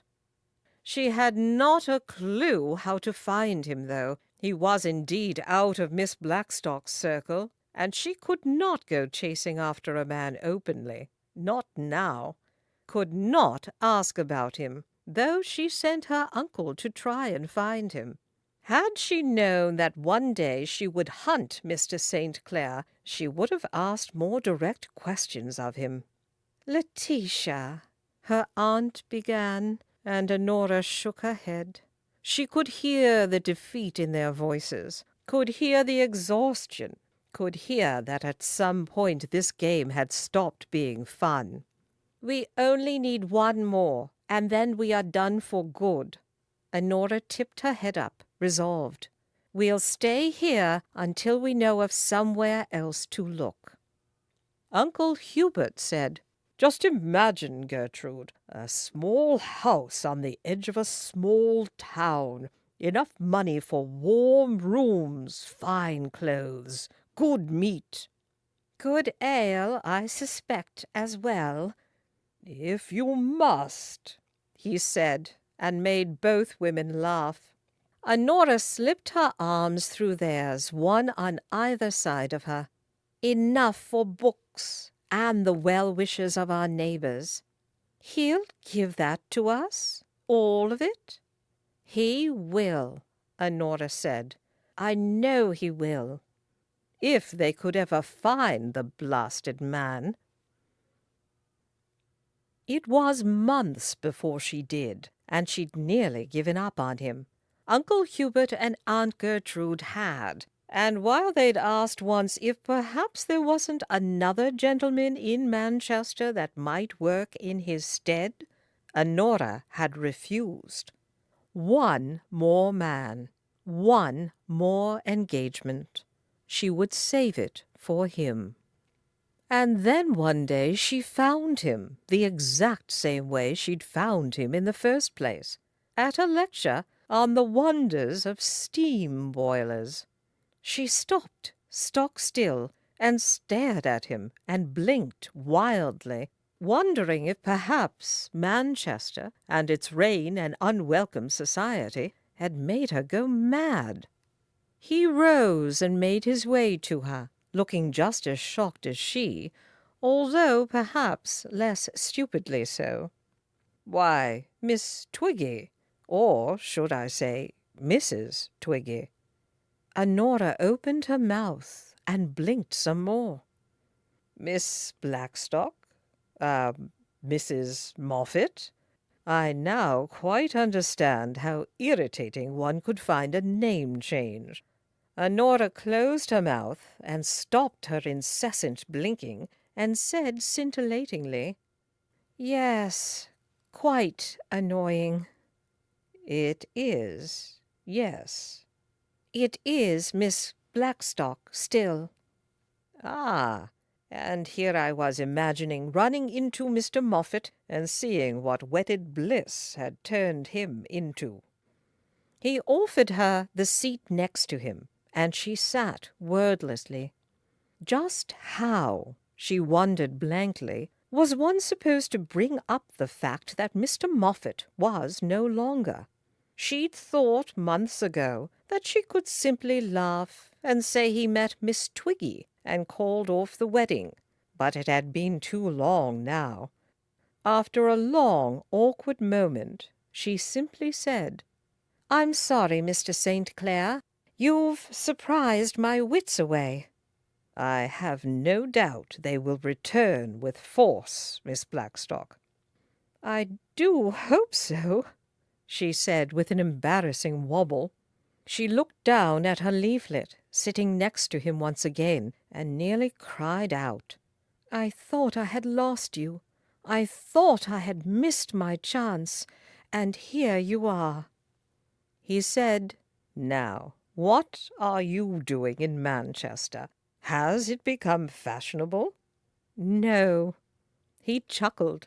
"I am relieved. I'm not sure I want to live in a world where Manchester is the place to go to be seen." The speaker began to make his way to the podium, and Honora leaned toward Mr. St. Clair. She said softly, "Do you remember you said that if you'd never met Mr. Moffat, I would still have worked him into the conversation? To warn you that I was taken and off limits." "I remember. You seemed to be quite insulted by the idea." "I think you were right.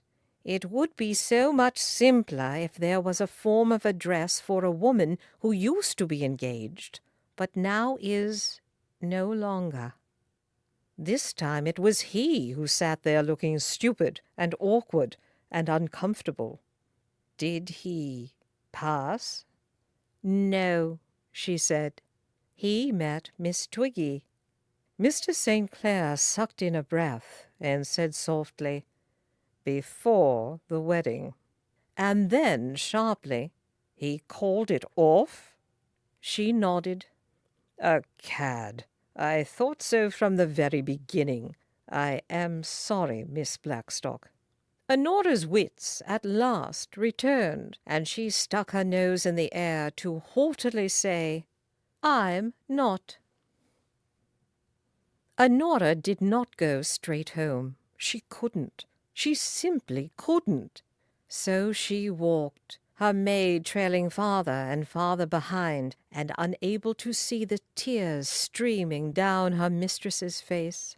It was the weather. It was Manchester. It was being unwelcome and unliked and pitied. There was nothing worse than being pitied by those you yourself pitied, those who were silly and blind and stupid.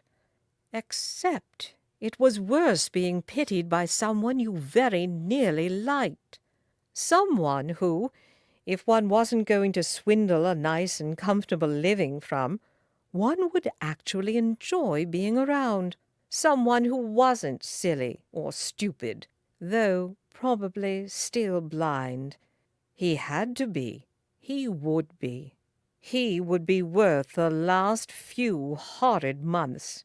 He would be worth being Miss Letitia Blackstock for a little while longer.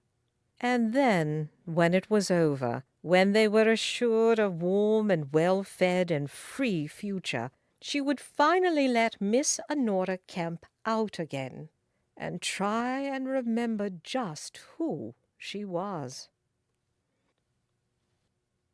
St. Clair smiled on the way home, remembering Miss Twiggy's "I'm not." He stopped smiling when he remembered her shocked face and defeated posture when she'd first seen him. How could any honorable gentleman do that to a woman and force her to Manchester, of all places? No wonder they'd left London. A broken engagement was a spinster sentence, and George could very well imagine why Miss Blackstock had been so shocked to see him, especially when the first thing out of his mouth was to ask about Mr. Moffat. How could he have known? He couldn't have. But that didn't change the fact that he wished he had, that he wished he hadn't said anything and could have remembered her as the ferocious Miss Twiggy for always. He hoped it would return, hoped she would return next week. That stopped him, and he paused before going inside. Surely Miss Twiggy could not be scared away. Surely Miss Twiggy was in there still. Licking her wounds, perhaps, but still there. He pushed in the door to his little home, calling for Colin before shrugging off his coat. The vicarage suited him, he'd been surprised to find. A new home next to a new church built to accommodate the growing population on the outskirts of town. The congregation was welcoming, but that might have only been because he was young, and there was an overabundance of unmarried young women in the vicinity. A woman came in to cook and clean during the week, and George had thought that he might hire a dedicated cook, but the need had never arisen.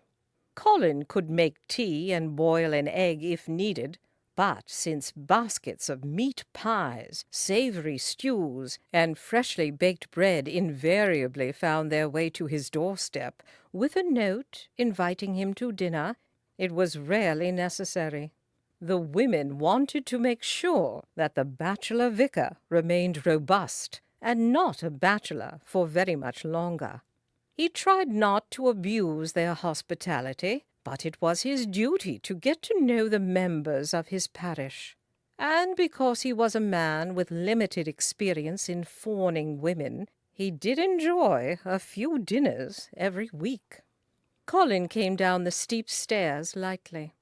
"And how was the lecture? You remember I told you about the steam woman in London?" Colin paused. No. The one at the steam lectures with the poor fiancé." "Oh, yes, the abrasive one." "She's here. She was at the lecture, and sans the fiancé. A free woman, as it were." Colin resumed his descent, going straight to the coat George had just hung up to brush the dust from it. "That is a very strange coincidence, that she turned up here in Manchester."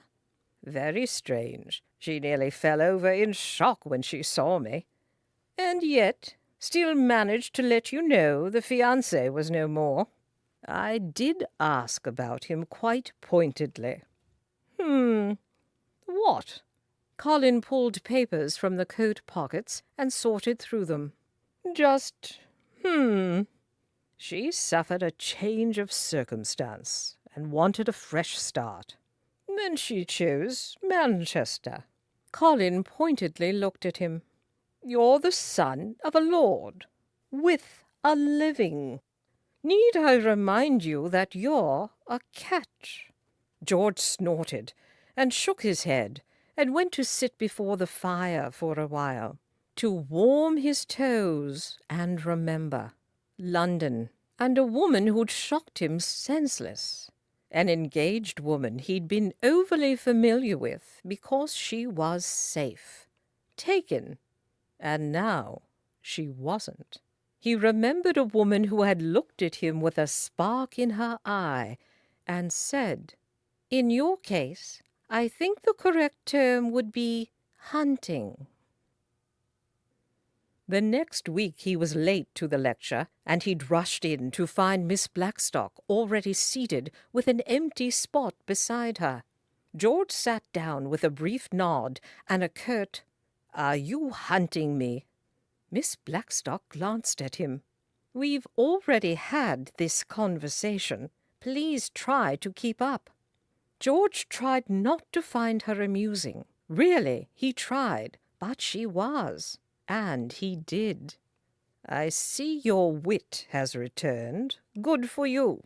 But during that conversation you had a fiancé, and now you don't." "It's true. I did. And I don't. I am not at all sure I would like to have another. You are safe with me, Mr. St. Clair." The lecturer took his spot and began speaking, and George leaned close to whisper in her ear. "I'd like to believe you. I would." She replied just as quietly, "And I am wondering why exactly you don't." She moved just a small shift, and her arm brushed his. "Perhaps it's your choice of wordage. I am safe with you, but am I safe from you?" "There is a distinction, isn't there? Because I assume I am safe from you, but with you. I should make my maid come in next time. She can sit between us." "Sounds horrible. I assume this maid is as loud as the last one." "It does seem like a reasonable assumption. Perhaps there is some assurance you can give me, so we don't need to go down that path. Perhaps you became married since London? I can't tell by your address, and either I've become immune to your manners, or else there is a woman working her magic behind the scenes." George couldn't help his smile. "No wife, no fiancé. I can't even assure you that I am not looking for one either. It is a truth universally acknowledged that a single man in possession of a good living must be in want of a wife, no matter his feelings on the matter." She gasped, twisting to meet him eye to eye. "I knew it. I knew you'd trained for the cloth." Her triumph was palpable and loud, even though it was still whispered, and a gentleman 2 rows in front turned round to scowl at them. George stared into Miss Blackstock's eyes. Brown, they were brown, with green and gold flecks, and said, "You knew it, because I am condescending and self-righteous." "Yes, preach the word. Be instant in season, out of season, reprove, rebuke, exhort. 2 Timothy 4, verse 2, she said, but there was a smile on her lips and a twinkle in her eye. They lasted a long moment, facing each other and glorying in their own triumphs, until Miss Blackstock pulled away from him. She sat back in her seat, turning her attention to the lecturer again, and George watched, a twisty, unfamiliar emotion swirling inside of him. Intrigue, perhaps. Interest, definitely. Because he wouldn't mind at all if she was hunting him. "I know nothing about her." George threw the letter he'd just received toward the fire. He'd been expecting it, and therefore had saved it from the now customary fiery fate, only to find that his solicitor could not find any information on Miss Letitia Blackstock. To be fair, George had given the man very little information to work with. Her name, her former fiancé's name. She lived with an aunt and uncle. And no, George didn't know their names. Blackstock, he would imagine. Unless the aunt was the blood relation. Names were so very trying, he was beginning to realize. Colin watched George pace back and forth, and repeated mildly, "You know nothing about her." He'd said that before, when he watched George pen his original letter to the solicitor, and George had replied, "I know. I want to find out more. Thus the letter." "And why this sudden interest?" "It's not sudden. I've been telling you about her since London." "Then why this suddenly serious interest?" "She asked if I was married. Not in so many words, of course. And don't interrupt your employer." Colin had waved away George's admonition with a satisfied nod. "She's chasing you." "No, it's not a chase. There's a glimmer in her eye. There's a flush to her skin. There's a brain, a will, a plan.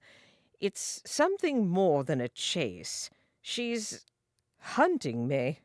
Colin's eyebrows had slammed together. "You sound positively happy about it." George had smiled. "I am, yes." "And you know nothing about her."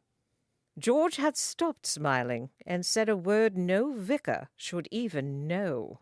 He said that word again today, and then said, "I don't know nothing. I just don't know enough yet." Colin ran a finger along the mantelpiece, checking the housemaid's work. "I think I would like to know a little bit more about Miss Blackstock. Perhaps I will join you today at the lecture." "Because having one's valet accompany you to a lecture is not strange at all." "Then perhaps I will go as your brother-in-law." George paused in his pacing and cocked his head. "Slightly less strange for the general population, slightly more strange for me." Colin said, "That's decided, then." They had already arrived and found their seats before the thought occurred to George that this might have been a horrible idea. "Colin, you will be quiet during the lecture. No chatting, no fidgeting, no snoring, no knitting." Colin raised an eyebrow. "I'll do my best." This was a horrible idea. What was I thinking? "If you interrupt the lecture, I will be forced to replace you." "Try again, George, and try to remember that today I am your brother-in-law, and not your valet." I did remember. "And don't call me George." "Of course not, sir." Colin turned in his seat to get a better view of George, and said, "Are you always so nervous to see her?" "Nervous? I don't want you interrupting the lecture. It has nothing to do with her." "Of course not, sir." Colin's eyes roamed toward the door, and he jerked his chin at it. "Since I've only seen one other woman here, and she must be older than my granny, this must be Miss Blackstock." George turned in his seat to find Miss Twiggy heading right for them, and he rose as she approached. "Miss Blackstock, may I introduce Mr. Colin Clark, my brother-in-law, so to speak. Our siblings are married. His sister, my brother." "Mr. Clark, have you come to be entertained by the wonders of steam?" "Not in the least," Colin said, and George said over him, "I've taken him under my wing." Miss Blackstock looked between them for a long minute, then sat and made herself comfortable. When George and Colin had followed her example, she said, "He's not going to interrupt the lecture, is he?" Colin nearly fell out of his seat laughing, and George tried mightily to ignore him. "I've already warned him off knitting," George said gruffly, and when Miss Blackstock chuckled at his wit, he suddenly found it much easier to keep his attention focused on her. George apologized for his brother-in-law's laughter. "He's young." "Yes. Should we send him out with my maid?" George and Colin walked home in companionable silence. George, because he had sat next to Miss Blackstock and whispered to her and been whispered at, and he didn't care what Colin thought. Not at that moment. Perhaps he never would. George realized Colin's silence was not quite as companionable when the young man sighed and said, "Why do you always fall for the most inappropriate woman? It's as if your heart won't even wake up to notice unless your father would hate her." George blinked and suddenly felt the coolness of the night. "What's inappropriate about her?" "She's outspoken." George nodded. "So are you." Colin snorted, then nodded his head in acquiescence. "True, though not to your father, and I suspect the same could not be said for Miss Blackstock." George was glad for the darkness, glad no one could see how he smiled at the thought of Miss Blackstock meeting his father. "I suspect you are correct." "And if that doesn't carry weight with you, I suspect she would also be outspoken with bishops, arch or otherwise." George's smile grew a little meaner. She would be quite unimpressed. "Think, George, what that would mean for your career, your future." "You mean my father's hope for my career. This line of reasoning is not going to change my mind about her, you know." "I know, because you're the Lord's son, and you think what you like." George grinned, then nodded when Colin said, "She's a little long in the tooth." There was something about the woman that proclaimed she had seen the world. There was a lack of naivete, of wonder, as if her innocence had left her long ago. George shut that thought down quickly. "She's not old. She's just not young. I would guess we are near the same age." "Like I said, long in the tooth." George said, "Perhaps you should ask her next time you meet just how old she is." "It worked for her uncle's name, didn't it?" "Yes." It had, and neither of them had missed the attention she paid to the question. Colin said, "There's something too aggressive about her." "I think Miss Blackstock could handle any situation she found herself in. Father would like that." "We know nothing about her, George." "This is a very bad habit you're starting, with this name thing. And we have her uncle's name now. We'll just learn a little more about Miss Blackstock, won't we?" Colin sighed. Why couldn't you have fallen in love with the girl who made those hot cross buns? George stopped on the pavement. Fallen in love? Had he? He'd only loved one woman before, and the memory now was distorted, corrupted by everything that had come after. In love? No, he didn't know enough about her. Not yet. But for the first time he thought he might be willing to fall again.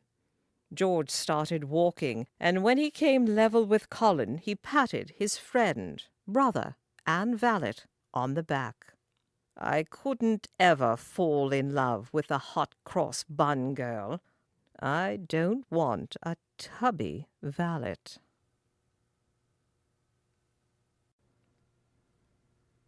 Chapter 5. When Honora arrived the next week, there was Mr. St. Clair alone in their customary spot. She sat down next to him without a word, he continuing to read his leaflet with great concentration. And Honora wondered how they could be here, surrounded by people, and yet it was just the two of them.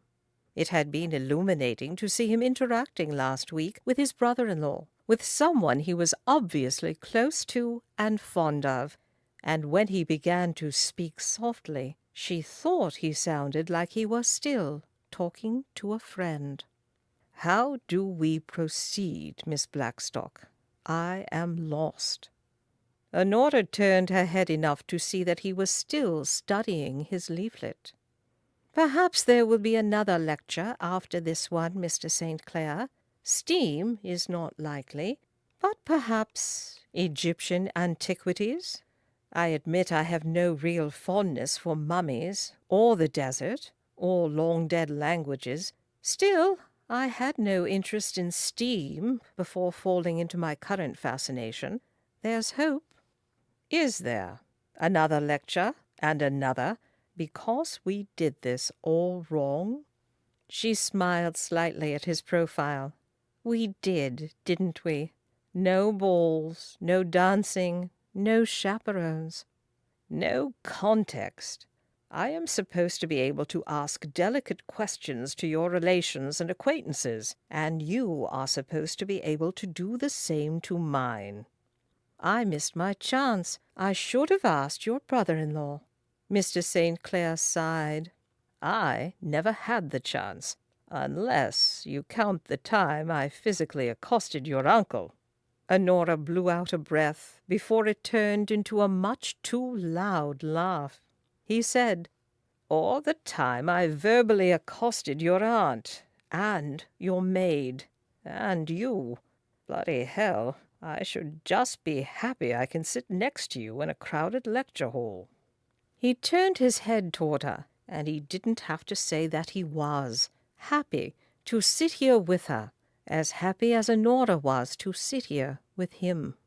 They sat together, alone in the crowded room, and she said, "I suppose I could bring my uncle to the next lecture." George closed his eyes, and Honora wanted to laugh again at his pained look.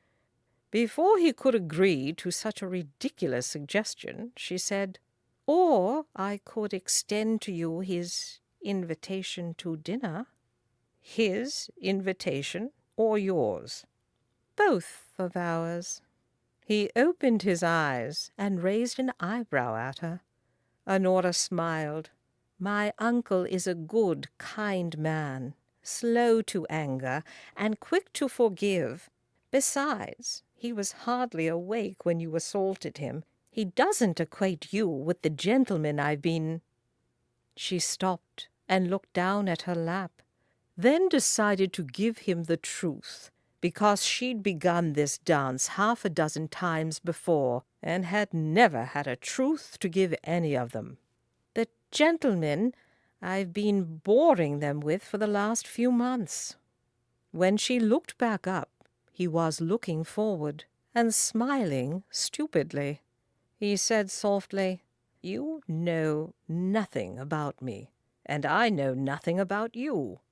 "Nothing? Then you must be very unobservant, because I know quite a bit about you." His smile grew. "You're right, Miss Blackstock. It's not nothing."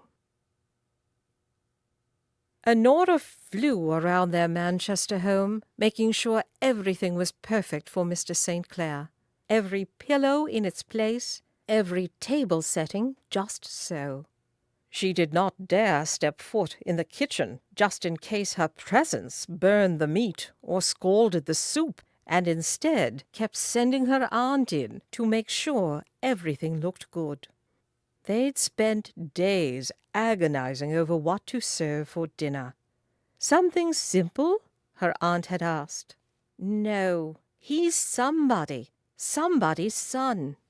"He's a vicar, a bachelor vicar. I expect meat and potatoes and bread, and he'll be happy."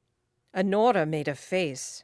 "He's nothing like Mr. Moffat. He won't be impressed by country fare, nor worried at all about whether his wife can cook. Do you think our cook could make turtle soup?" Aunt Gertrude choked. "No, not even if we could afford it." Honora blew out a breath and tried to remember back to a different lifetime. She muttered to herself, "What would father have served to a dignitary?" And Aunt Gertrude had nearly fallen out of her chair in shock at the mention of the man. They'd finally settled on oxtail soup, roasted hare, stewed cardoons, pigeon compote, kidney beans, lamb's tongue with spinach, and almond cake. A beautiful dinner, Honora told herself over and over again, trying to calm her abnormally nervous stomach while her maid curled her hair. The girl looped and tugged and smoothed and completely ignored the ornament Honora had told her to use. "You're forgetting something. Please don't make me put it in your hair, miss. Look, I brought some baby's breath. It'll look lovely draped down your neck," Honora said. "The twig," and her stomach settled. Mr. St. Clair arrived right on time with his brother-in-law, and when Honora introduced her uncle, she laughed. "We really have gone about this in completely the wrong way," her uncle said. "The world is changing, and quickly. My niece tells me all about steam, and I am appalled at the speed of this new world." "You're not appalled at what that speed brings, though. Oranges are his favorite treat."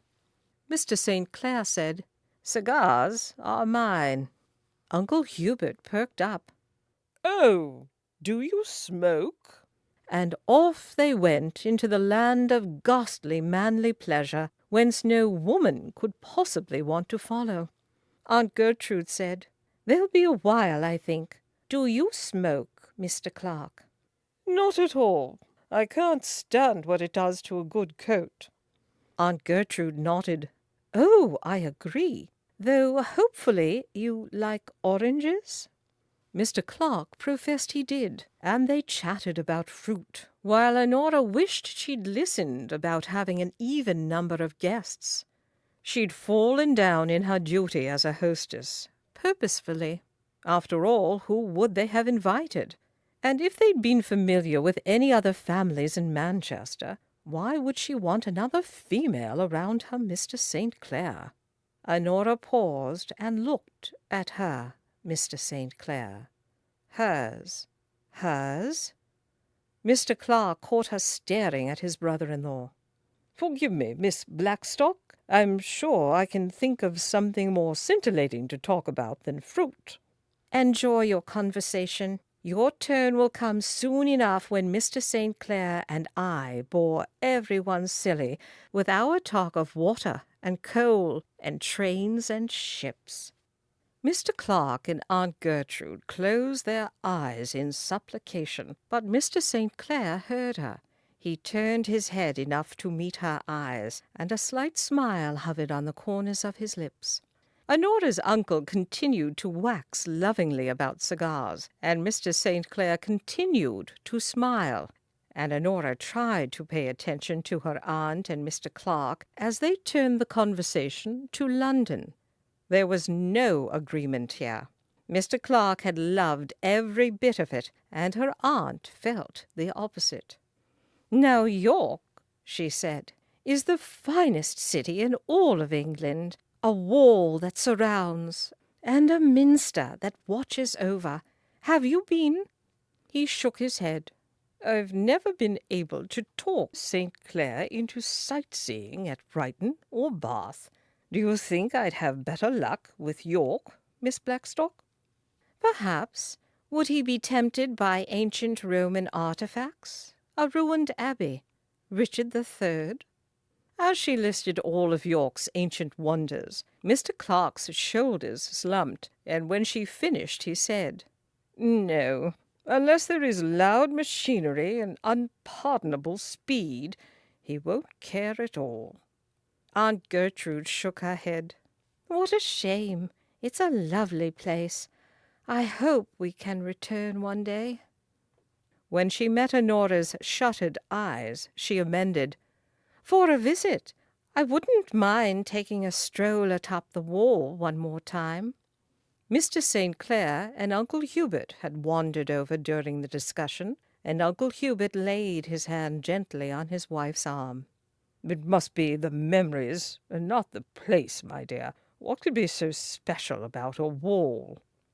Honora looked away from their secret smiles, away from all that they'd left behind in York. People and places they'd never see again.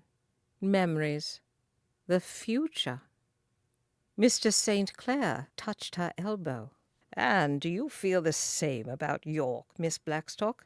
I confess my one visit did not impress me." "You've been to York?" "A pilgrimage of sorts. My father wanted me to see the minster and the ruined abbey, but I was young and, well, disagreeable, so perhaps that colored my visit." "Disagreeable, Mr. St. Clair? I can hardly believe it of you." Aunt Gertrude tisked. "Letitia!" But Mr. St. Clair looked at the decoration in her hair and then down into her eyes, and even her aunt could see that he did not look at all disagreeable now. Aunt Gertrude found something on the other side of the room for Mr. Clark to look at post-haste, and Mr. St. Clair murmured, "I'd have been truly worried if there were spring flowers in your hair, and not a twig." "No flowers for you, Mr. St. Clair. I fear you have always been privy to my true disposition, and there is no use hiding it now. I am but an open book." "Now, that I doubt, but you may try and prove it by telling me what you thought of York. You did not look as misty-eyed as your aunt and uncle during the discussion." Honora inhaled a deep breath, then lied. "We lived there only for a short time, right after my mother died. I hardly remember it." "You are quite nomadic, Miss Blackstock. York, London, Manchester, Bath, Edinburgh, Wales. It was easier to list the places they hadn't lived." She said, "When one loses something important, Mr. St. Clair, one will search the world for its replacement, or at least the entirety of the British Isles." "Yes," he said, and his own loss was in his voice. She knew he'd lost his mother too, and was happy to let him think that's what she was speaking of. He took her hand. "Have you found it yet?" She looked down at his gloved hand cupping hers. She didn't dare look up, knew she couldn't keep her thoughts off her face as she whispered, "Have you?" The gentlemen were pressed to come to dinner again the next week, and neither one of them was reluctant to accept. Colin waited until they were nearly home before offering his opinion. "I will not squirrel you away from her machinations just yet." George could still feel her hand in his, could still see the twig in her hair, could still smell her scent. He said, "Good. You would have a rough go of it." "I could always write to your father." George grunted. "But it does seem mutual, this complete loss of reason, so I'll hold off on that." George murmured, "Excellent." He was as nervous as a schoolboy the day of the next lecture. Colin helped him into his coat and said, "Shall I come with you?" "No." "But who will keep you in line?" he asked, making George wonder how out of line Miss Blackstock would let him get, wondering if he should make her bring her maid inside today, because the thought of sitting next to her without any kind of chaperone suddenly seemed ill-advised. But then she was right there next to him, and he couldn't remember why he wanted a chaperone. He couldn't remember anything except his own name. He didn't even notice the silence until she said, "Well, this is awkward." He jerked. "It is? I was simply enjoying your company." Her voice was quiet and warm when she replied, "Mr. St. Clair, you are simply ruining your reputation. I expect gruffness and irritability and a sour bite to all your declarations." He said, "I detest how much I enjoy your company, Miss Blackstock. Is that better?" "Yes, quite perfect. And interestingly enough, exactly how I feel about the situation."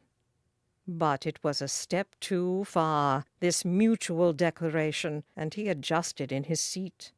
"Nothing may come of this. I want to warn you." She nodded, still without looking at him. "I don't mind walking down this path with you a little further." He smiled. "That is exactly what I am proposing." "I will warn you, Mr. St. Clair. Something may come of it." "Yes." He nodded. "Yes, something might. And since there is no one else to ask, I'll have to be gauche and direct." "Oh, dear, however will I survive?" "About Mr. Moffat." "Oh, dear." She opened the leaflet that had been sitting on her lap and began to read, or at least pretend to. "A broken engagement, Miss Blackstock, is noteworthy." She nodded her head once, sharply. She chewed on her top lip for a brief moment, and then said briskly, "The truth is, Mr. St. Clair, that I didn't like who I had to be when I was with him, and I didn't realize until too late that perhaps I could simply be myself. I don't blame him for calling it off. He thought he was marrying a woman sweet and kind." "I met her." She smiled, then stopped. "Do you miss her?" "I didn't know her well enough to miss her, and I doubt I would have noticed her at all if I had not met you first." She finally turned her head to face him, and he said, "I'm confusing myself. I know it was you, always." She sounded infinitely sad as she said, "No, this is me." "Miss Twiggy?" "Yes."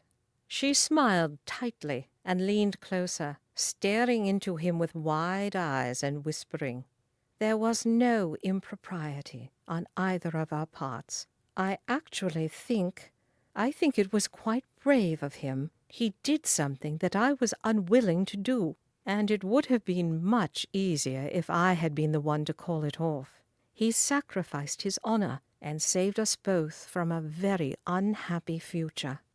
"He was a scoundrel for calling it off, not brave at all, and I would thank him heartily if I could."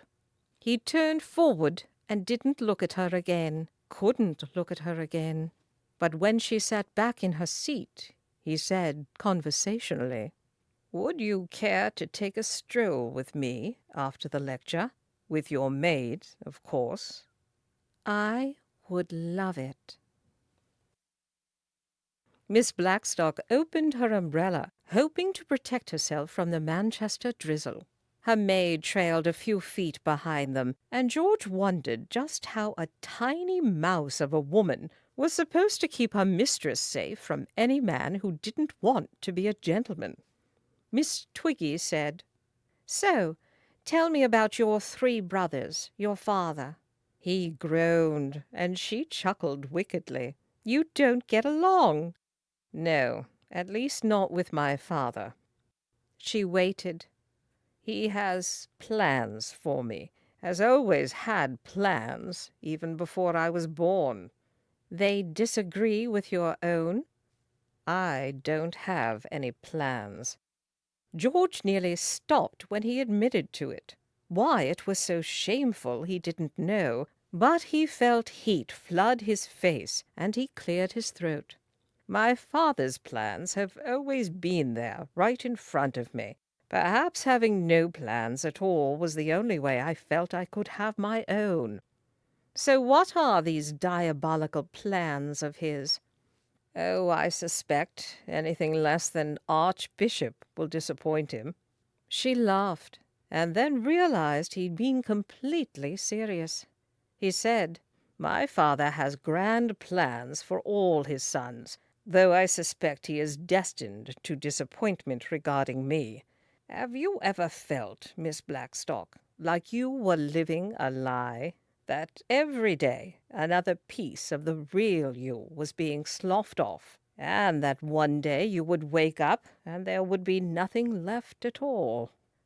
She tripped. and he grabbed for her elbow, catching her before she could fall. She looked up at him, the umbrella forgotten, and the drizzle coating her stricken face. She whispered, "Yes," and he hauled her up. "Forgive me. I did not mean Mr. Moffat. I wasn't thinking at all." He picked up her umbrella, and her maid came over to fuss, and Miss Blackstock stood there in the rain letting them. When she was put to rights, and they finally began moving again, George said, "Enough about me, I think. What of your family?" She laughed, weakly, humorlessly. "I don't know that my father ever had any plans for me, but I think it's safe to assume I have not achieved them." "And your mother?" "I loved her." George said quietly, "That is a lovely epitaph, Miss Blackstock." She adjusted her umbrella and cleared her throat. "She spent her life trying to give my father a son, and died doing it. And when she died, I wanted to die too. My aunt came to take care of me and stayed when my father remarried. And when my father's new wife gave birth 2 years in a row, I left to live with my aunt permanently." They walked a ways in silence before George asked, "And they've been good to you?" "Better than I deserve. They've treated me not as a child, but as an equal, as an adult." "Sounds wonderful." She nodded. "There is a kind of peace one feels when the people who know every one of your ugly secrets loves you, when they would follow you to the ends of the earth to help you get back what you lost. Good people who would give up their comforts, their home, their souls for you." She said softly, "I wish with all my heart that it had been enough to know that they would have, and had not actually required them to do it." George helped her across a busy street, his hand lingering on hers. "Manchester is fairly terrible, but I am glad you left London, even if it cost your aunt and uncle their souls." She smiled at him, the stricken look that had remained in her eyes since she'd tripped, finally fading. She took her hand back slowly and said, "Mr. Clark followed you to Manchester. You must know the cost family will sometimes pay." "Only too well. He reminds me of all he left behind in London with regular consistency." And he decided right then to share his ugly secrets with her, because he knew hers, her broken engagement. And he wondered what she would say about his odd family when she had her own. Though he had little say in moving to Manchester with me, Mr. Clark's father was a farmer, and he is my valet as well as my brother-in-law. She looked at him with surprise, but he was gratified to find no censure. "That is not a relationship you hear of every day." "No." George shook his head. "I loved his sister, and when she married my brother, it helped to have Colin with me. It helped not to be alone, even if it sometimes hurt to look at him." Miss Blackstock tilted her head to the side and studied him. "You loved his sister, and she married your brother." George nodded. "Your eldest brother," she said, as if that explained it, and he laughed, the first time that he'd ever laughed at his broken heart. "No, my twin." She sucked in a quick breath, and George answered before she even asked, "He's not anything like me." Then perhaps she was the brave one, painfully, heartbreakingly brave, and I would thank her heartily if I could. George smiled at his own words, and knew when he deposited her at home that he wouldn't ever want to get off this path. And the next evening, sitting down to dinner next to Miss Blackstock and across from Mrs. Turpin, Mr. Turpin at the head of the table, and Colin diagonal. George was even more certain.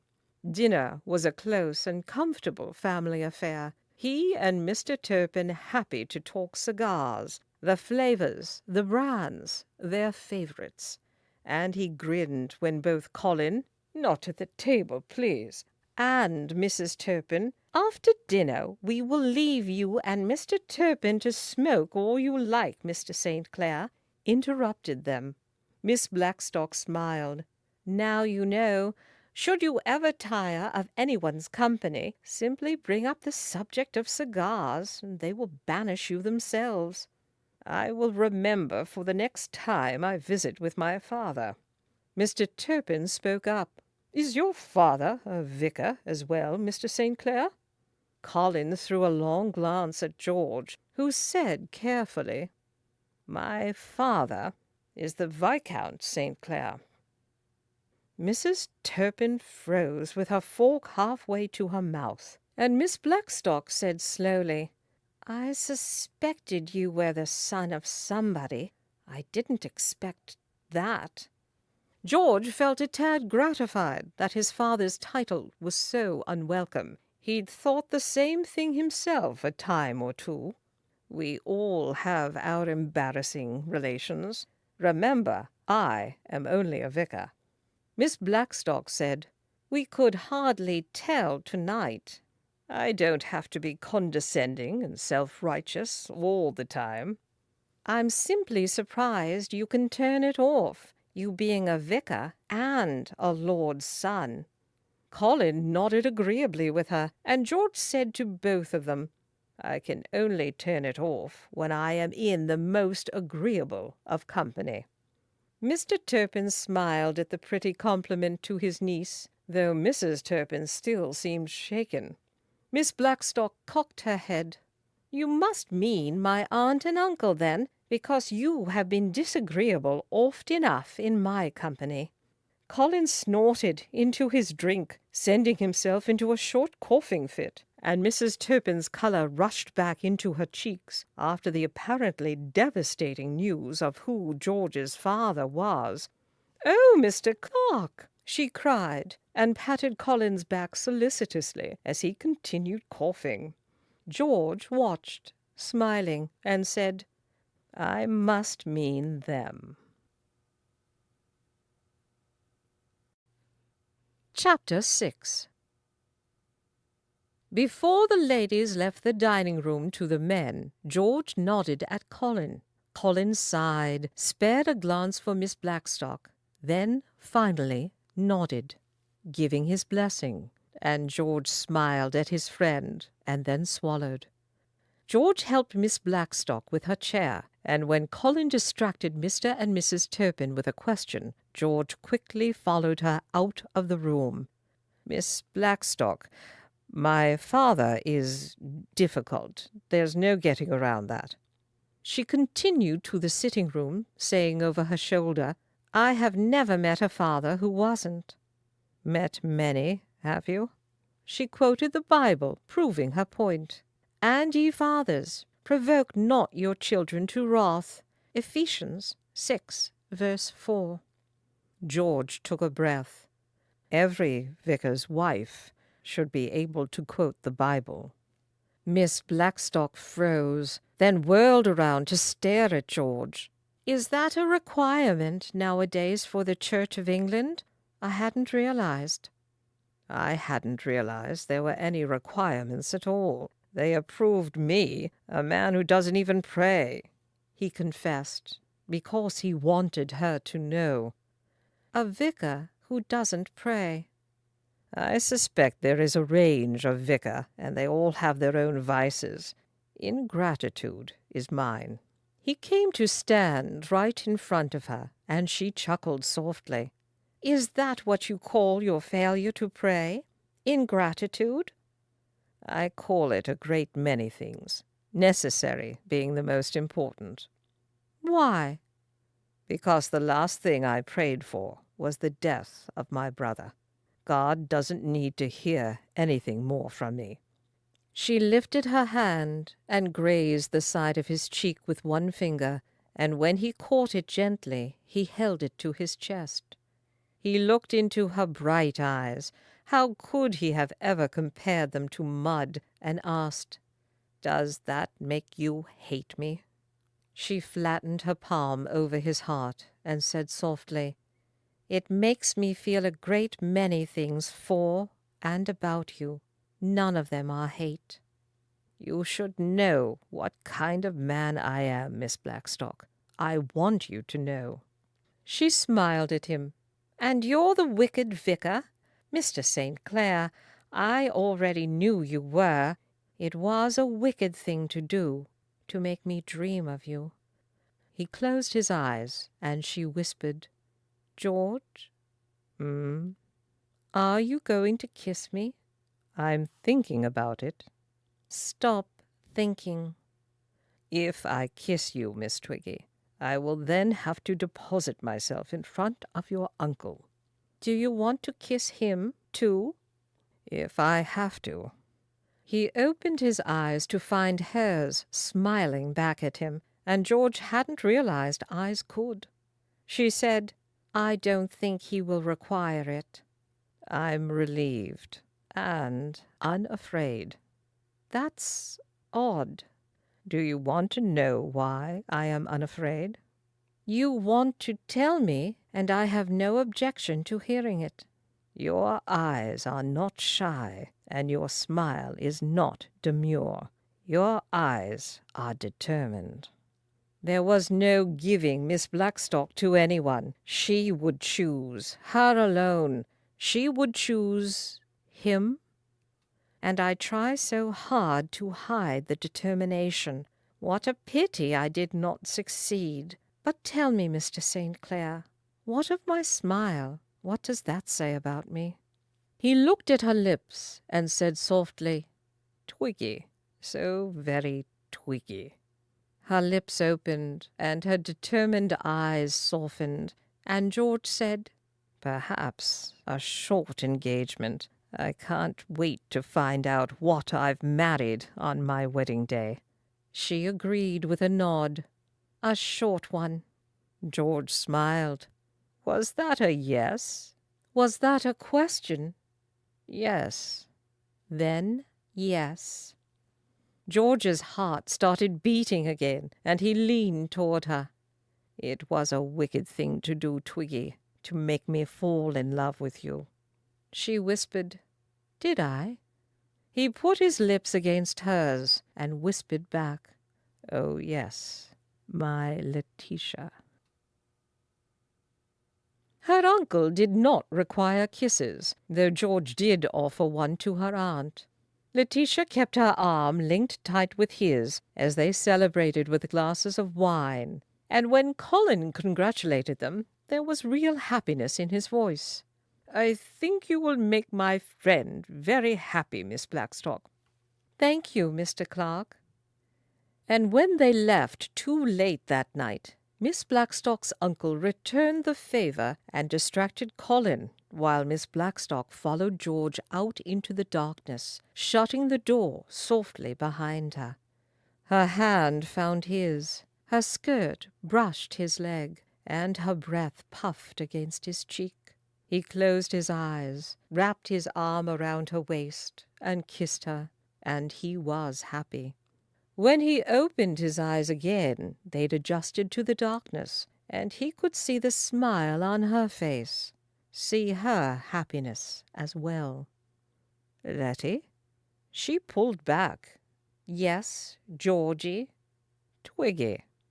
Her fingers grazed his lips, and she whispered, "I like Twiggy."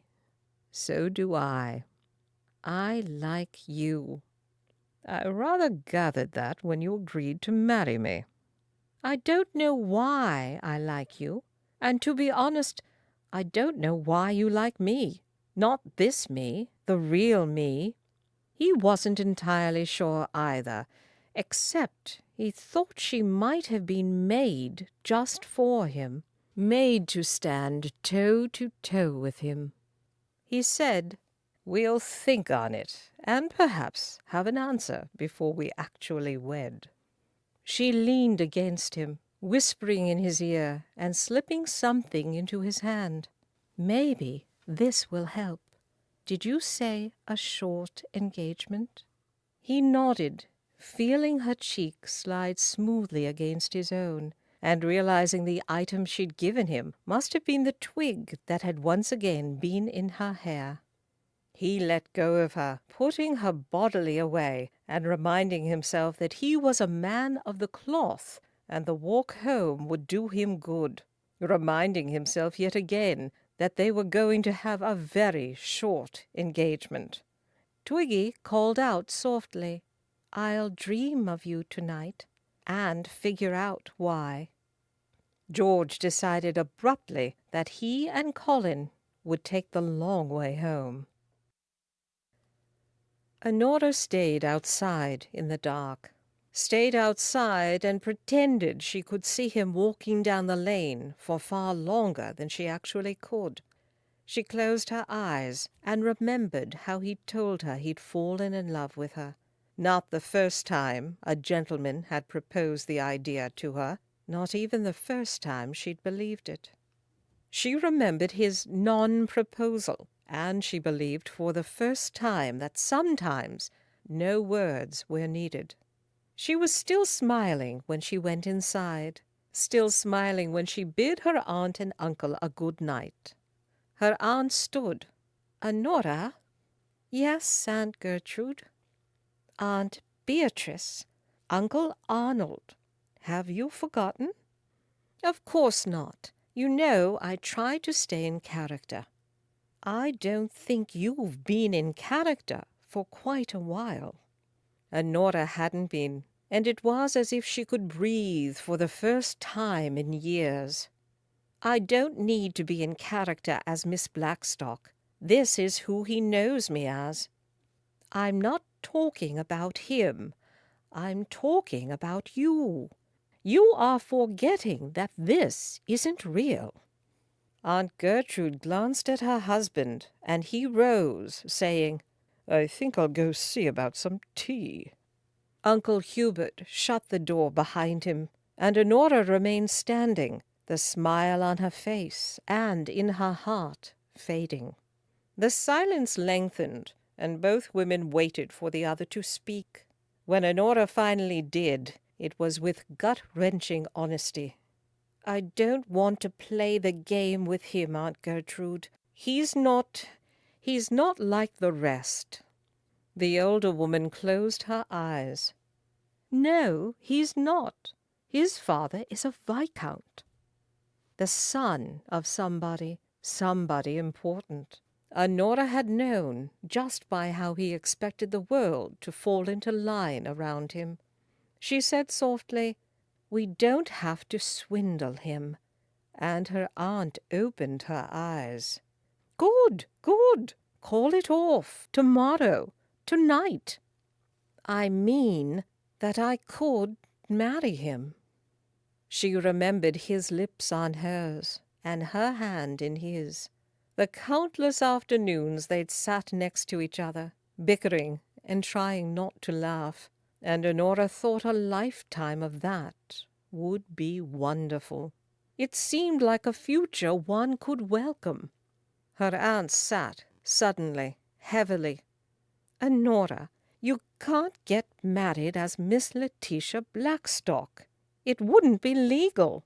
She doesn't exist." "It wasn't legal for me to become engaged under countless names, to collect reparations under those names." Her aunt whispered, "You must see that this is different. Must see the consequences of such an act would not mean disaster for us, but for your children. If it were found out that you married under a false name, they would be illegitimate. They would have nothing, be nothing, and there would be no hiding it, not like the last time." Oh, it hurt, as it was meant to, and Honora could only forgive her aunt because there was just as much pain shining in the older woman's eyes at that hateful reminder. The woman who had cried with Honora when first her mother died, Honora only 15, and still in need of a mother, even if she wished she didn't. The woman who had cried her own tears over the death of her sister. The woman who had held Honora again when her father had remarried. Those tears, hot and angry. And then, finally, when Honora had discovered that a man could lie and take advantage of that loss and anger and guilt, promising the sun and moon and stars, only to steal her virtue and her honor, leaving her to discover that he was already married and that her child would never have a last name. Those tears had been filled with fear. Those tears had been helpless, and her aunt had wiped them away gently, crying her own, even as she made plans to protect her niece, even as she stood between Honora and Honora's father, as they screamed and shouted at each other for months, the whole family hidden away in the country until the birth. Honora had stopped screaming when her stepmother had taken the baby from her body, had stopped shouting when the baby was given a last name and a family, a mother and a father, and sisters, a future. But Honora hadn't stopped crying, not for a long time.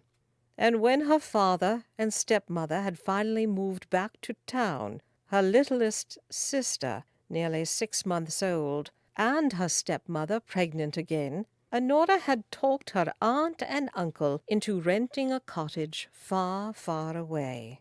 They'd lived simply on the small portion Honora had inherited from her mother, and when the tears had finally stopped, anger had taken its place.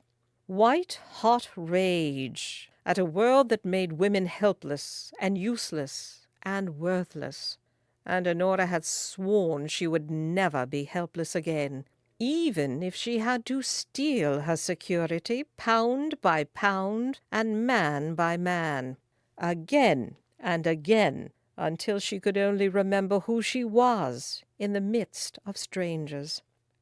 Until she'd accidentally found a man who could love her as herself.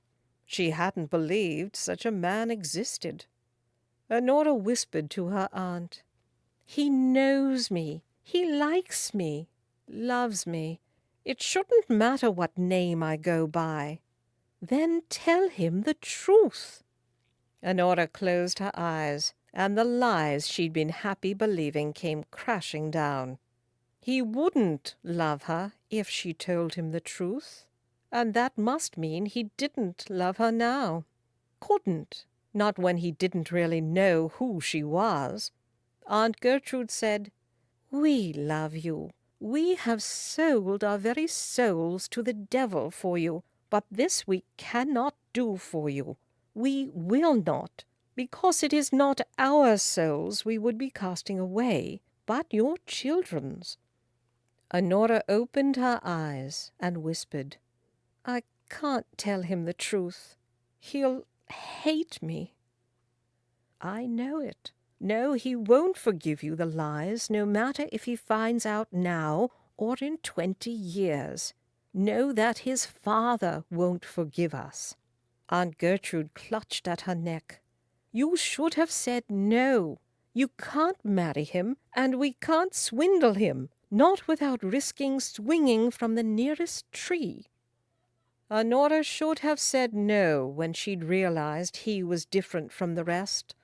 But she'd wanted him still, wanted to marry him, wanted to have children and a home with him, wanted him to call her by her real name. "You'll have to call it off tomorrow. Tell him—" Honora turned toward the door. "I know what to tell him." All she had to tell him was the truth. She'd had a child out of wedlock.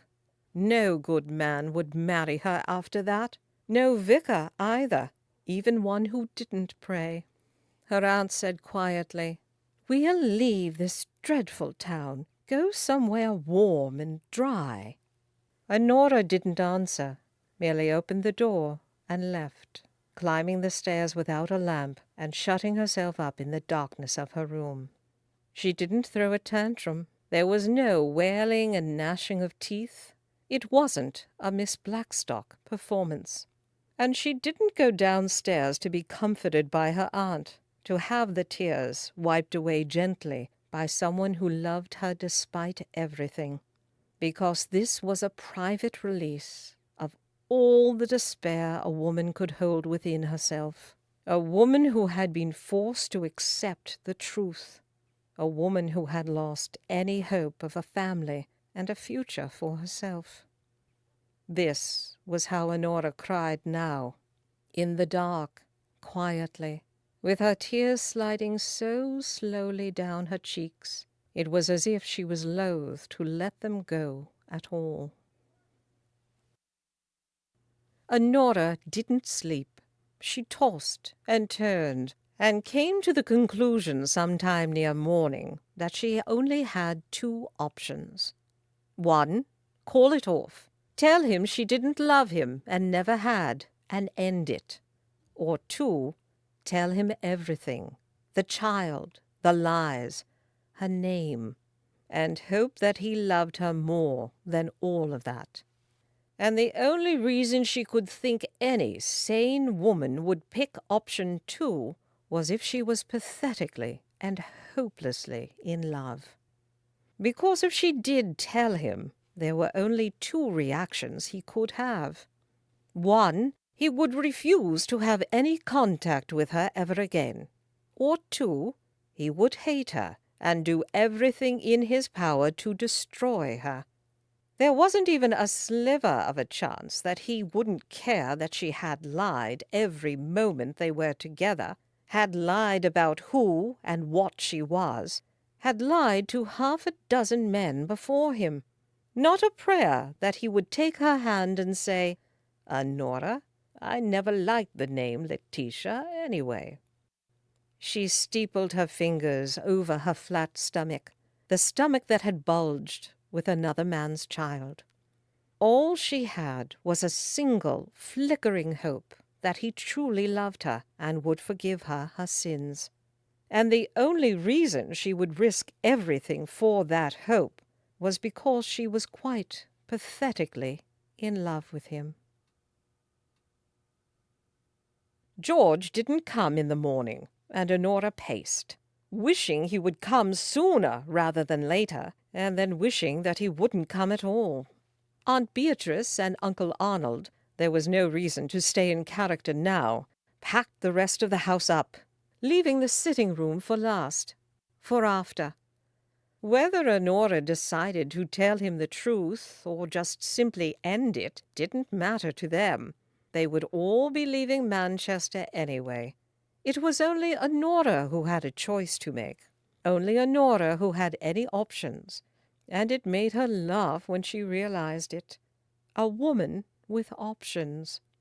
It was as horrible as having none, because she couldn't decide, telling herself one minute that she couldn't tell him, and the next that she couldn't not tell him. Her stomach was a mess, and her temper was thin, and she waited impatiently. It was her experience that a newly engaged man visited his fiancée the day after, always. So she waited and paced and flung her hands out wildly as she fought an invisible foe, and when his knock finally came, she fell into a limp pile on the sofa, exhausted before it even began. Her aunt and uncle entered the room, came to stand with her in her time of need, as they'd always done. So Honora pushed herself to her feet, as ready as she'd ever be. The housemaid led George into the room, and then Mr. Moffat walked in right behind him. Aunt Beatrice gasped, and Uncle Arnold took a step forward.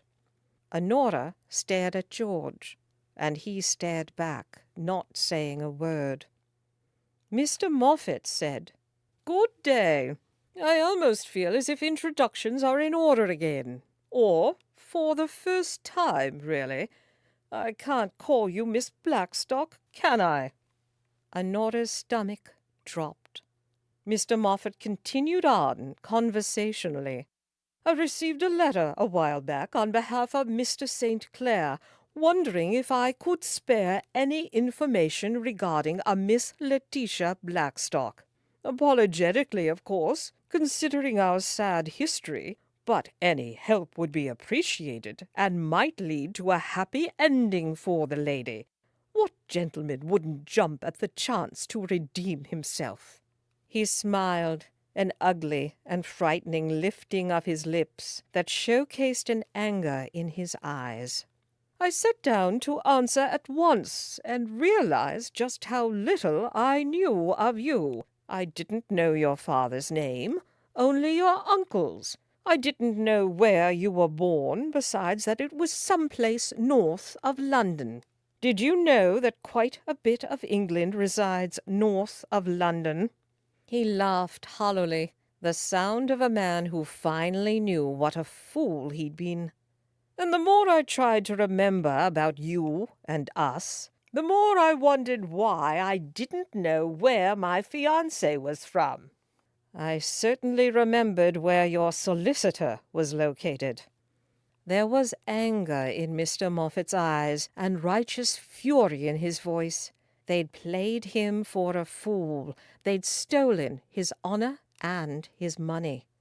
Honora looked only at George. Mr. Moffat said, "I thought it was only because we hadn't yet finalized the marriage settlement. We would get around to it, and in the meantime you were enjoying shopping for your trousseau and discussing flowers, and I was happy to accommodate you because I was marrying a nearly perfect woman." George moved then, blinking rapidly. His eyes softened, and Honora almost thought that he was going to smile at how perfect Miss Appleblossom had been. She almost imagined he might smile and laugh and call her Twiggy. Mr. Moffat turned to George. "Has she started throwing tantrums and baking?" He closed his eyes and swallowed hard. "Has she started baking yet?" "Not yet," George said, and the smile stopped before it started. He looked at Honora, and she closed her eyes against the anger filling them. She wouldn't get a chance to explain, wouldn't get a chance to choose. And then she opened her eyes and took a step toward him because she had to try anyway. "I wanted to tell you."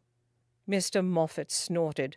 "Lord, how many times have you done this? Every move rehearsed, every contingency accounted for." George said, "Is this rehearsed, Letitia?" Mr. Moffat fingered a silhouette portrait hanging on the wall. "Oh, not Letitia, not Blackstock. She was Doreen Comley in Edinburgh. I don't know who she was before that yet. I don't know her real name yet. But I believe a man should know the name of the woman who ruined his life." Honora watched him walk around the room, fingering every picture. He picked up a book and flipped the pages, and Aunt Beatrice's hand went to her throat. George apparently agreed with him. He said, "Your real name." She met his increasingly angry eyes and said nothing. She couldn't tell him, not with Mr. Moffat ready to take that real name to the nearest magistrate. She couldn't put her aunt and uncle at risk. George's hat crumpled between his fingers. "You won't tell me," Honora said softly. "She's no more real than Miss Blackstock." He turned away, heading for the door. Honora opened her mouth, and he stopped suddenly, not turning around, but saying over his shoulder, "I wondered, you know, why you never said it. Why she'd never said she loved him last night when he'd declared himself." "George." "Too late, Twiggy," he said, and he left. Miss Blackstock and her entourage had disappeared during the night. Mr. Moffat felt it important to come tell George early the next morning. The man ranted and railed against the injustice in the world, swore he would get back his money, if not his honor, and swore yet again that they would pay. She would pay. George sat in front of the fire and wondered if he'd feel less tired and more angry in a few months when the shock had worn off. He thought maybe if he'd lost money along with his heart that it would have been easier. Money and a broken engagement. That must have been the plan all along, and he scolded himself for feeling even a smidgen of regret that they hadn't got to that part. Rehearsed. Everything had been rehearsed, and he couldn't believe it. Not yet. Colin finally shooed Mr. Moffat out, and then set a cup of tea down beside George. He tiptoed out of the room without making any kind of snide remark about Miss Blackstock, and George knew he must look pitiful. Again. Love had destroyed him again. Mr. Moffat returned a few more times, but when he could get nothing useful out of George, returned to London to interview anyone she had talked to. George didn't know what to call her. Not Miss Blackstock, obviously. Not Twiggy, too familiar for a woman he hadn't been properly introduced to. So she became she. Woman. Deceitful, lying thief who'd stolen his heart and hadn't given it back before disappearing into the night. George wondered if that had been the plan, to collect as many hearts as she could, along with pecuniary payments. Weeks went by, and then months. George felt no less pitiable, but he must have hidden it well since Colin began to act his normal self again. Mr. Moffat kept Colin apprised of his progress. George didn't care, didn't want to know anything. But when Mr. Moffat wrote from Bath, telling the story of a haberdasher who'd got himself engaged to a woman who had loved hats, a woman who'd lived with her aunt and uncle, a woman who had been so excited to help, but whose energetically awful designing abilities had made the haberdasher fear for his livelihood, a woman he still had fond memories of, and a woman he'd paid a nice sum to for breaking off their engagement and ruining every chance for her to have a happy and fruitful life. George was forced to accept the fact that Twiggy hadn't been the real she either. Another part, another character, and it was most likely she didn't even know who the real she was. Simply became whatever a man needed to secure his love, and then twisted that need until it was impossible for him to actually marry her. George said dispassionately, "I wonder what she would have turned into with me." And Colin gave him a friendly pat on the shoulder and offered him tea. George sent Colin away with a wave of his hand, realizing he must still look a little pitiful. He must still feel a little pitiful, because, oh, how he wished she'd been real. Wished that the woman who'd been everything he needed really existed. Part 3. York. St. Clair, forgive my penmanship. The twins insist that day is night and night is day, and will not believe a word I say on the matter. I suspect that one day I will sleep a whole night through again. Suspect it, but am far from assured of it. Have you found a bride for your father yet? No, that's not quite. Have you found a bride for your father to happily object to? You know what I mean. Write to me and tell me all that I am failing to ask. Eleanor sends her love, and don't snort at me like that. Your friend, when he remembers his own name, Sinclair. Chapter 7. It would not be an exaggeration to say that Honora's father was surprised to see her. He'd walked into the drawing-room with his mouth open and his face turning red. His greeting consisted of, "No notice that you were coming to visit. Has the post stopped delivering, and am I unaware of it?" My letter must have been lost. I assume that's what happened to every one of yours these last 10 or so years. Honora's stepmother, Fanny, stepped forward to hug her gently and interrupt their feud before it had a chance to start. "You look well, if tired. Was it a long journey?" Honora nodded. "From London, on the train. My aunt and uncle could use a bath and a long nap." Aunt Beatrice and Uncle Arnold could use a few meals and a few weeks' uninterrupted sleep. They'd run from Manchester, leaving what they couldn't carry and catching the train to Birmingham, and from there to London. They hadn't stopped looking over their collective shoulders until they'd been lost in the crowds, and even then they'd hardly dared to venture out of their cheap and seedy lodgings for bread. They'd argued and worried for weeks, unsure of where to go, unsure of just how much Mr. Moffat had found out. They hadn't dared contact any of their banks, and when the last of their funds ran out, they knew they'd have to leave London, close an account, and leave that day, and go where no one could accidentally recognize them, where they could have a warm bed and plentiful food and not spend any money until they knew they were safe. Home. And if Honora couldn't say the word without wanting to both sneer and cry, it didn't mean she didn't still have one, even if both she and her father wished it otherwise. But the very Reverend Charles Kempe was gracious to his dead wife's sister, their family beneath him, but at least respectable, and he was grateful to them for taking over the care of his eldest daughter after her fall from grace. He said to them, "You are welcome to stay while you are in York." "How very welcoming you are, Father. I thank you for your condescension."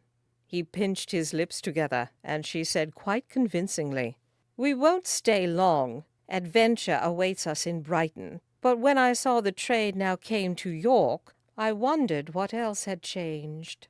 Not him, she didn't have to say. Fanny took the older couple in hand, directing the housekeeper to prepare a room and send a tray up. And it was then that 11-year-old Temperance came rushing through the still open door and skidded to a halt. She blinked and blinked, staring at Honora hopefully. Her blonde hair fell in ringlets down her back, and her blue eyes were framed with long lashes. She was beautiful, like her mother. And though Honora hadn't seen her since she was a toddler, she'd been described enough by her jealous younger sister. That sister, 10-year-old Chastity, rushed in just behind her. Brown hair, brown eyes, not beautiful, but her inquisitive personality made up for it. She was the one to ask, "Honora?" She was the one to jump forward, to wrap her arms around the sister she'd only ever written to, only ever been told about. And then Temperance came forward too, and Honora could drop to her knees, squeeze the two young girls in return, and wonder how she would ever be able to force herself to leave them again. Aunt Beatrice and Uncle Arnold retired gratefully, and her father escaped his female brood the moment he could. But the girls hung on her, and when Honora collapsed onto the nearest piece of furniture, Chastity squished herself between Honora and the arm of the sofa, refusing to move away. Honora didn't mind, not in the least, even when Chastity turned to scowl at her and say, "You forgot my birthday this year." "I am sorry, my darling. It was last week, and I did not forget.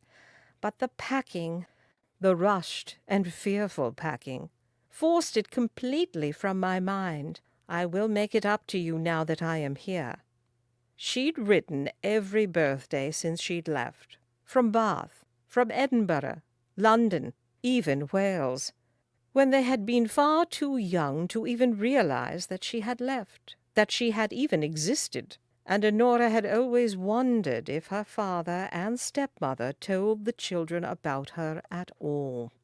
But as they got older, the return letters from her stepmother began to include snippets from the girls, and then snippets written by the girls themselves, and then individual letters that Honora had to assume never saw a parental eye. Temperance complained about Chastity, and Chastity complained about Temperance, and Honora had known that they were truly sisters, that they were both loved and cared for. They were both safe and fed and warm. Temperance, on Honora's other side, but not squished against her, said, "Was Manchester a grand adventure?" 9-year-old Faith, her hair blonde and her eyes a warm chocolate brown, leaned against her mother's legs and said, "Did you find a husband?" "I wasn't looking for one." And then she paused, because all three of her young sisters looked disappointed. "But yes, I did find someone." Chastity jumped up and grabbed Temperance's hand, pulling her from the sofa and dancing around the room with her. "Did you dance with him?" Temperance tried to keep up and say at the same time, "Was he handsome?" They laughed at each other and the idea of Honora dancing with a man. Honora said over the laughter, "No, handsome men are too much bother." "Oh." But he wasn't ugly either. He was normal-looking, a man you would walk by without tripping over your own tongue. They flopped onto the floor in front of her, excited and wistful, and 7-year-old Frederick Charles sat down cross-legged next to them. He looked like a little miniature version of their father, brown hair and brown eyes, and Honora could only be thankful that his appearance made Chastity look less like a changeling. Fanny moved closer, joining Honora on the sofa and putting Faith between them. "Is this why you finally come home, Honora, to get your father's permission?" Honora looked down at the 10-year-old sister who was not a sister and didn't look at her stepmother. "No," she sighed theatrically, "because I do not have a love story to share with you, only a tragedy." Freddie's eyes got very round. "Did he die?" "He did not die. He was a troll, a sour, grumpy troll, and he is still living under the bridge where the beautiful princess found him." Beautiful blonde Temperance looked skeptical. "Was the beautiful princess you?" Honora leaned forward and spoke so softly that the children had to scoot closer to hear her. "There once was a not beautiful but not ugly princess who loved picnics, especially picnics on bridges, with her feet dangling over the edge and the water rushing beneath her. And every week she would find a new bridge and eat her bread and cheese and smoked ham and listen to the loud water, so loud it drowned out the rest of the world." Faith jumped from the sofa to sit with her siblings, and Honora said a little more loudly, "But one week, just as she was settling into a comfortable position, a grumbling at her feet interrupted her solitude, and before she could jump up and run away, a large head poked out from beneath the bridge. It was a troll."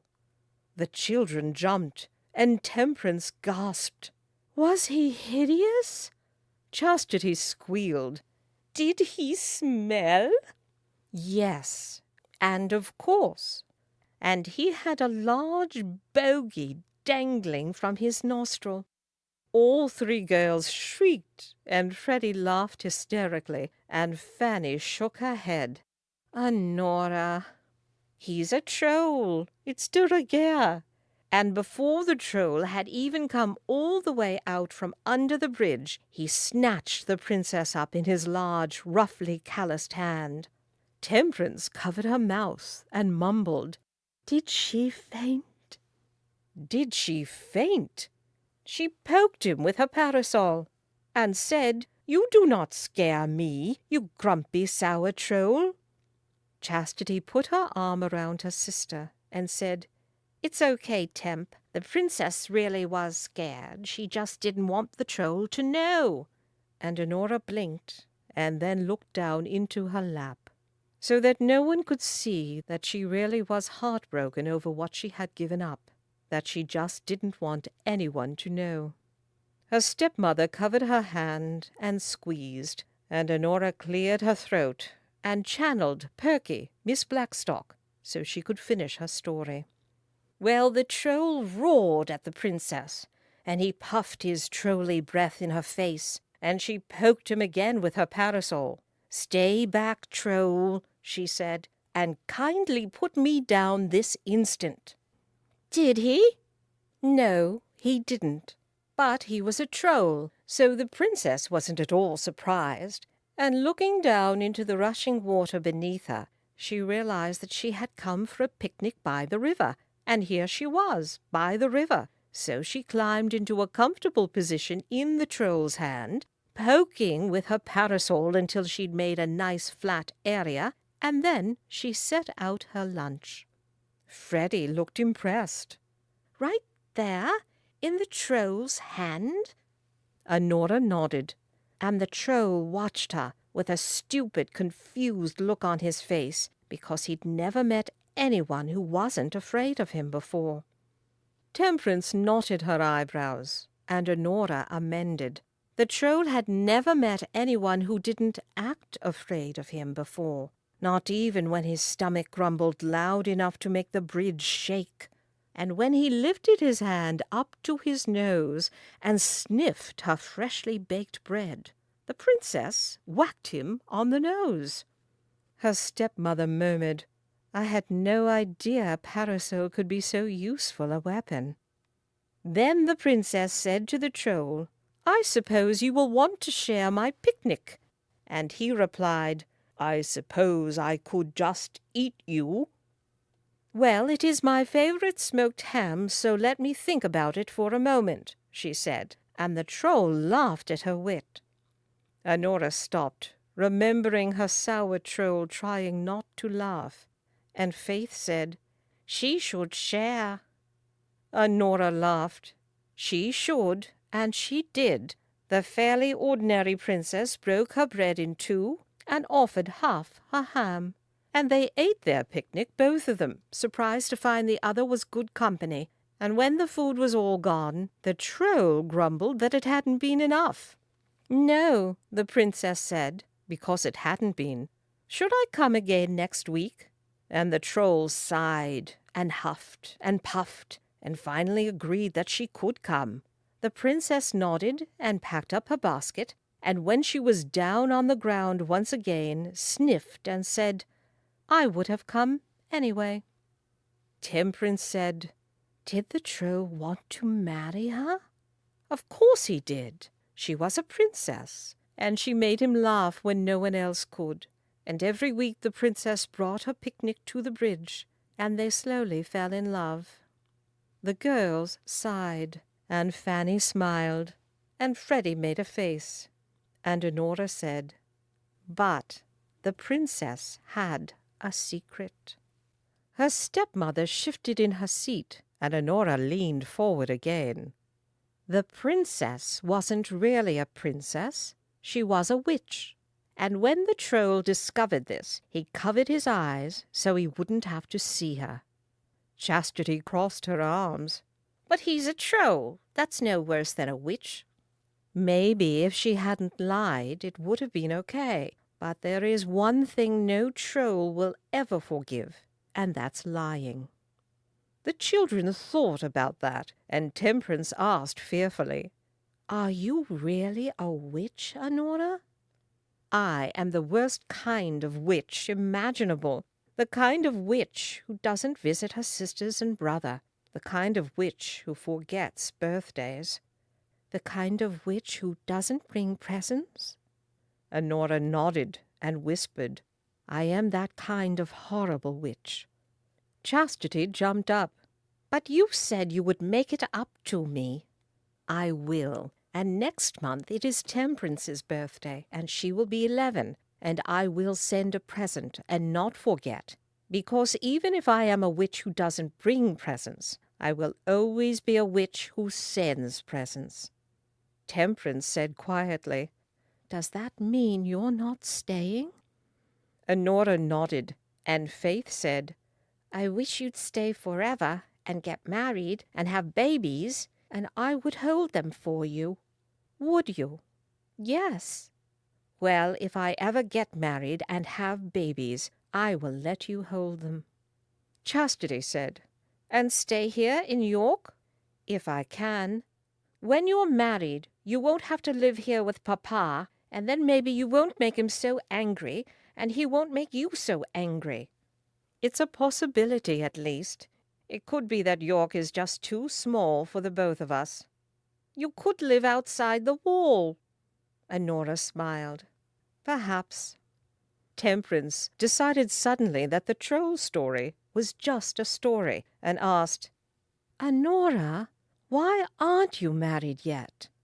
"I haven't met anyone I wanted to marry." Fanny said knowingly, "Except for the troll." Honora smiled sadly. "Except for the troll." Fanny finally sent Honora to her borrowed room to rest from the journey, and shooed the children off, telling them they would have plenty of time to visit later. Chastity slipped her hand in Honora's, showing her to her room, and then jumping up to sit on the mattress of the four-poster bed. "I'm your favorite," Chastity whispered, as Honora sat next to her and smoothed her brown hair and looked into her brown eyes. Honora tried so hard not to show it, to not give any indication that she felt differently about Chastity than she did Temperance and Faith and Frederick. And she forced herself to ask why the little girl could possibly think that was true. Chastity answered calmly, "Because you named me." "No, Papa named you."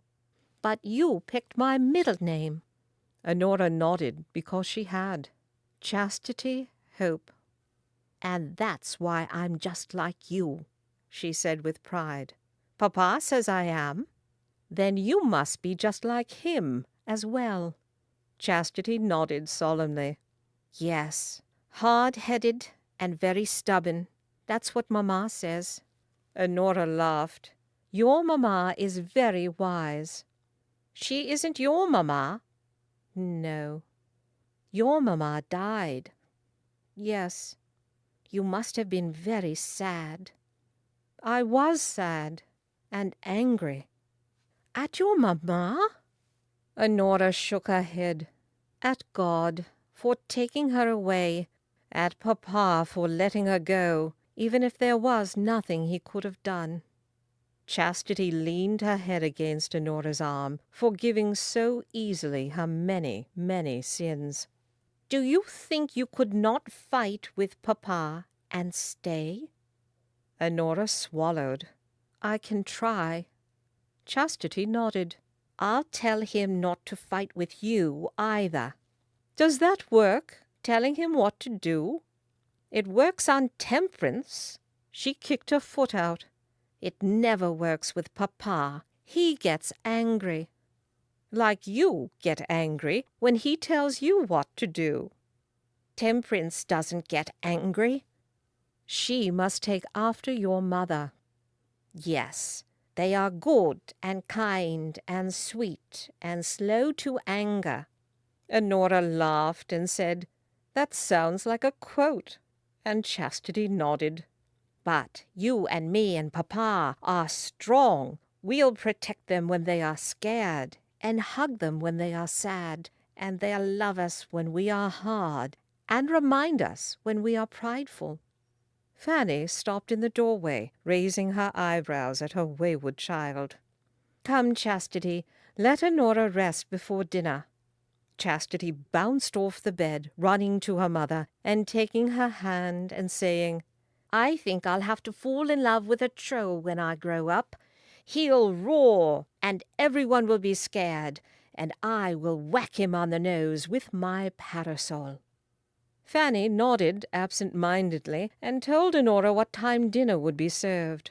Honora hedged, not ready to sit down to an entire meal with her father. "Aunt Beatrice is very tired. I'll send a tray up for Beatrice and Arnold." "But not me?" "Welcome home, Honora." Honora did try to get along with her father when they sat down to dinner, but all she could think when she looked at him was that he'd taken her daughter from her. She knew that he'd done it to save the both of them and himself from the consequences, and still she hated him, and still felt pathetically grateful that he'd cared for Chastity as if she was his own. She had no mild and easy feeling for the man. He waited until their plates were full before he said, "I hear talk of a suitor, I think."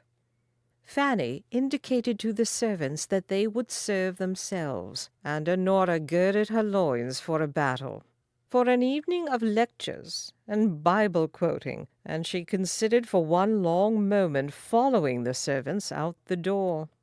But she'd come here, thrown herself at their mercy, knowing they would never turn her away no matter what disappointment she'd cause them, and she knew this was her punishment.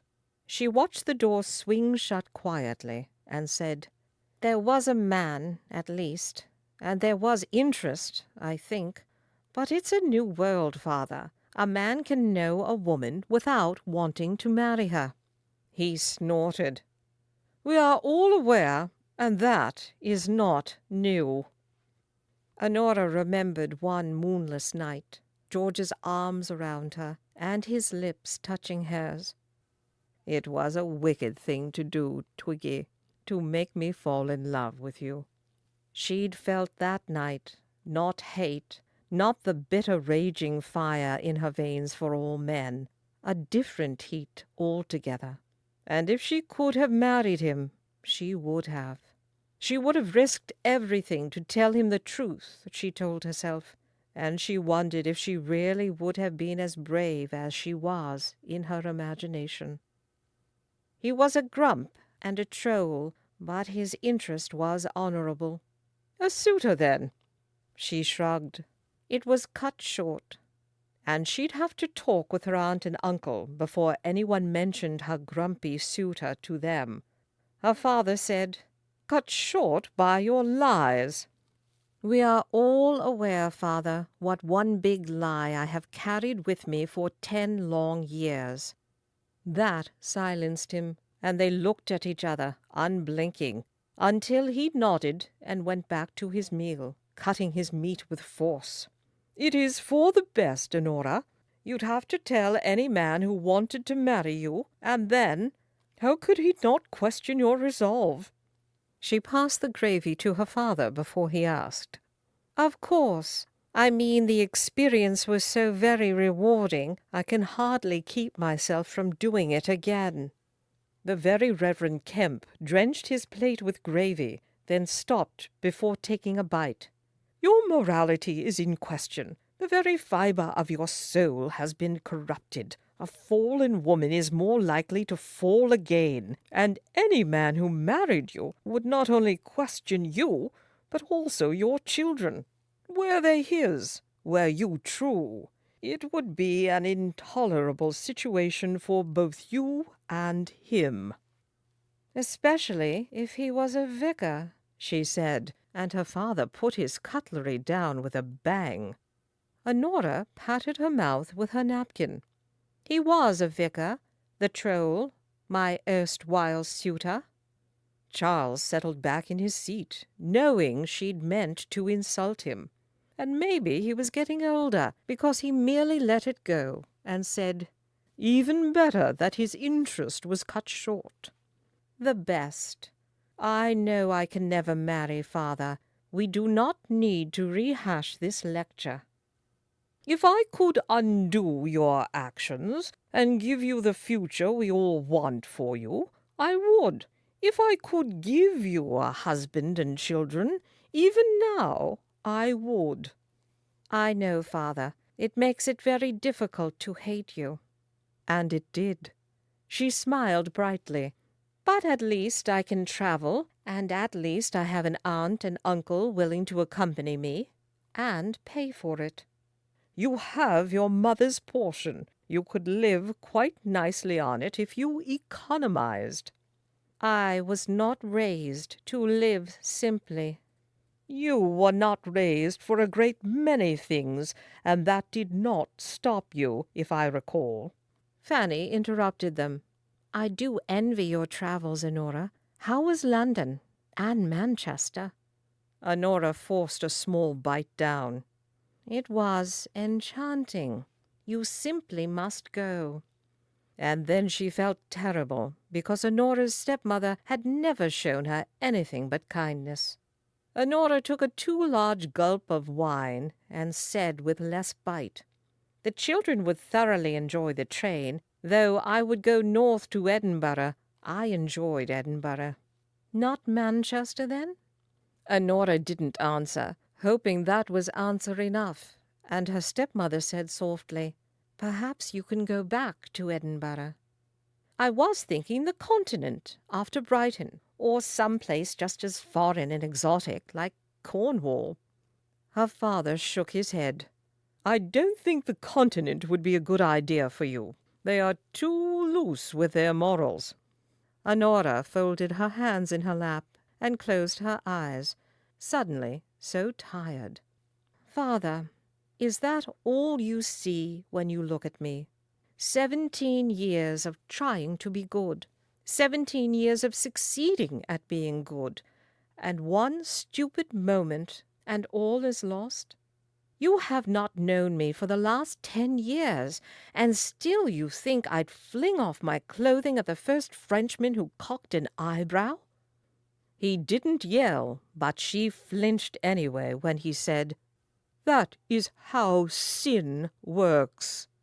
I'm not asking God if he can forgive me. I'm asking you. His silence was his answer, and Honora opened her eyes and pushed her plate away. Thank you for giving my mistake a future, a family, comfort and safety when I had none to offer. I know you didn't have to, the sins of the mother and all that. Her father said, with all the authority money and power and respect had given him, that sin will not be passed on. There will be no opportunity, not even one moment where she can be deceived and tempted. I will protect her as well as I failed you. Honora rose. And thank you for extending your hospitality to my aunt and uncle. To me. We won't stay long. A week at most.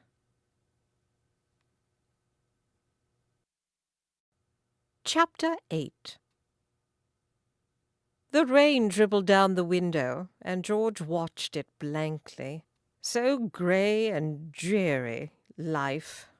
But it continued on. George had discovered that early on, and here he was discovering it again. No matter how one felt about the matter, life continued on.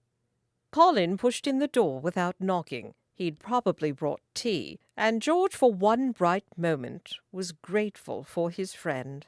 A true and steady friend, here whenever he was needed. Colin held a letter in his hands, not tea, and George closed his eyes. "It's from your father, George. Throw it in the fire." He'd been so looking forward to writing his father months ago, to having the satisfaction of choosing a wife before the old man could, to knowing that, no matter what his father said or thought, George had chosen his own future. And now he had nothing again. No want or purpose. No reason to be anything but what someone else had long planned for him to be. Colin dropped the letter on George's lap and said softly, "It's Henry." George didn't wait for Colin to be ready, didn't pack anything, didn't stop to even think how long he would be gone. He was grateful to be so close to home, grateful that it only took a couple of hours of hard riding to be running up the front steps, hardly taking the time to throw the reins of his borrowed horse to the nearest servant. He ran to his brother's room, stopping with his hand on the knob. He didn't pray, just paused and wished he could pray. He pushed the door in, and Lord St. Clair sighed in relief, and then stood, looking as if he'd aged 10 years, old and frail and worn out. And Alice, sitting next to the head of the bed, stared vacantly at a spot on the floor, tear tracks marring her face, though no tears were falling right then. She didn't look at him. He doubted she knew he was there. Henry lay in his bed, his breath ragged, his face pale and ghostly. Dying. Again. For the last time, it looked like. Henry had been getting sick for years, closer to death with each episode, and George had never come before. His father had never sent a letter like this last one. "Henry needs you. Please, come." Short, no explanation. It had been more alarming than if his father had described every detail of Henry's failing health. But it had seemed as if his father couldn't spare the time it would take to even write how bad this episode was, and George had come running. Lord St. Clair helped Alice to her feet, and she protested. "I can't leave him. George is here." "He's here?" When his father nodded, she looked around the room, and then the tears started falling. She whispered, "No," as if a word could stop death when he was waiting. As if it was George who would swoop in and take the father of her children, the man she'd loved for years. George had no power here, no way to speed or slow his brother's passing, no way to end his brother's misery, no way to end Alice's. George was a vicar, not for very long, and not a very good one, but he knew what his duty was. Comfort, peace, as much as he could give to both of them. But he had none for himself. He didn't know how to give it to them. Lord St. Clair gently guided Alice out the door, and she called over her shoulder, "Please, George, pray for him. Don't give up on him yet, please." Her cries woke Henry, and he stirred, groaning. He took a shallow breath, opening his eyes enough to recognize his brother, and then closing them again. "Comfort him, son," their father said as he pulled the door shut. George pulled the chair around to face the bed and took up the vigil. He put his head in his hands and stared at the blankets so he wouldn't have to stare at his dying brother's face. Henry spoke slowly, haltingly. "I'm glad you came. I wanted you to hear my sins." "Henry." "Not you, the vicar. You, my brother." George closed his eyes. "Then I will be forced to tell you mine, and no man wants those to be the last words he speaks to his brother." "Now or never, George, and I need your forgiveness." "No, you don't." "I loved her." George whispered, "Not a sin." "Not for you, either. I hated you." George kept his head in his hands, but opened his eyes and looked up. Henry said, "Forgive me." Emotion welled in George's throat, and he couldn't speak, and Henry said, "I was Cain. You were Abel. You know, Abel." Henry grinned slightly at his own joke, and George shook his head, suddenly thinking of Twiggy, suddenly thinking she would have something to say here, a quote with a double meaning, and he thought Henry would have liked her. At least the her George had known. "I was so jealous of your health, your future. I, the elder, but treated like a younger, like a child. I hated you, and when I had the chance, I killed you." George sat up and folded his arms. "Then we are having a very interesting conversation." Henry whispered, "I knew you loved her, and I took her." The room absorbed his confession, and the silence was so loud the roaring filled every part of George. The emptiness filled him. The emptiness had filled him since the moment his brother had ripped his heart from his chest. Henry shifted painfully on his deathbed. "I should have died before it was too late for you and her. Better for everybody now, if I just sleep." "Better for no one," George said, and scraped his chair back. He stomped from the room, past Alice, leaning against the wall just outside the bedroom, and weeping silently into her handkerchief. Past his father, sitting in a chair and staring blankly at nothing. He jerked when George flew past. "Is he? Did you comfort him, son?" George shouted. "No." He stomped down the stairs and out the door and didn't stop, wouldn't stop. He'd keep on going until he hit the sea, and he wouldn't stop then either. "Pray for him, George. Comfort him, son." "Forgive me, brother." What was he supposed to do? What? Did they think he spoke directly into God's ear? Did they really think he was a man of God? He wasn't. Only a man, a prideful, lustful, greedy, vengeful man. A man who'd hated his brother for so long he couldn't stop, not even now, when it was too late. George didn't make it to the sea. The graveyard stopped him in his tracks. His mother's grave called to him. They would bury Henry here, next to her, and George lifted his head to the sky. "He took you. I asked and begged and I cried, and he took you anyway. And I raged and I cursed and I hated, and he didn't take Henry." He paused before entering the consecrated ground, just a slight check, and then firmly planted his boot on the soil. He wound his way toward his mother's headstone, cold and empty and neglected for so long, and he didn't know what she could do.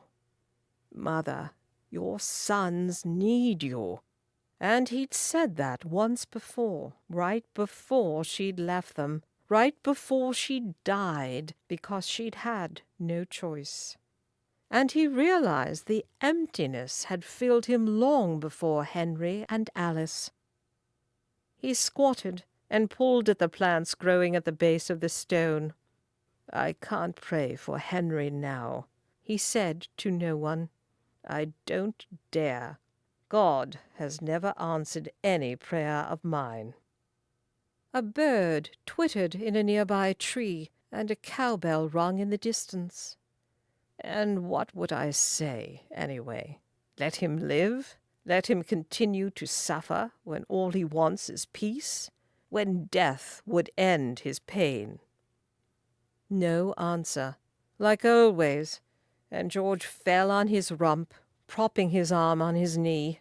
No answer, only the birds chirping, only the wind rustling the leaves in the trees, only the cows lowing softly, only Alice weeping, and his father mourning, and his brother dying. Pray for him, comfort him, hear his sins. Be a vicar when he would rather be anything but. George picked up a little twig that lay on the grass, twisting it in his fingers. He still had the twig Miss Twiggy had given him, a token of her esteem, and he'd felt so stupid for cherishing it, for thinking he'd loved her when she'd been lying about who she was, just like he was lying about who he was, lying still, a vicar when he was anything but. "It isn't the same," he said to the twig. But what kind of woman gave a man a twig as her favor? What kind of man would cherish a twig? And how would she have known? And he wondered for the first time just how many there had been. How many men had thought they'd found their future when they'd found her.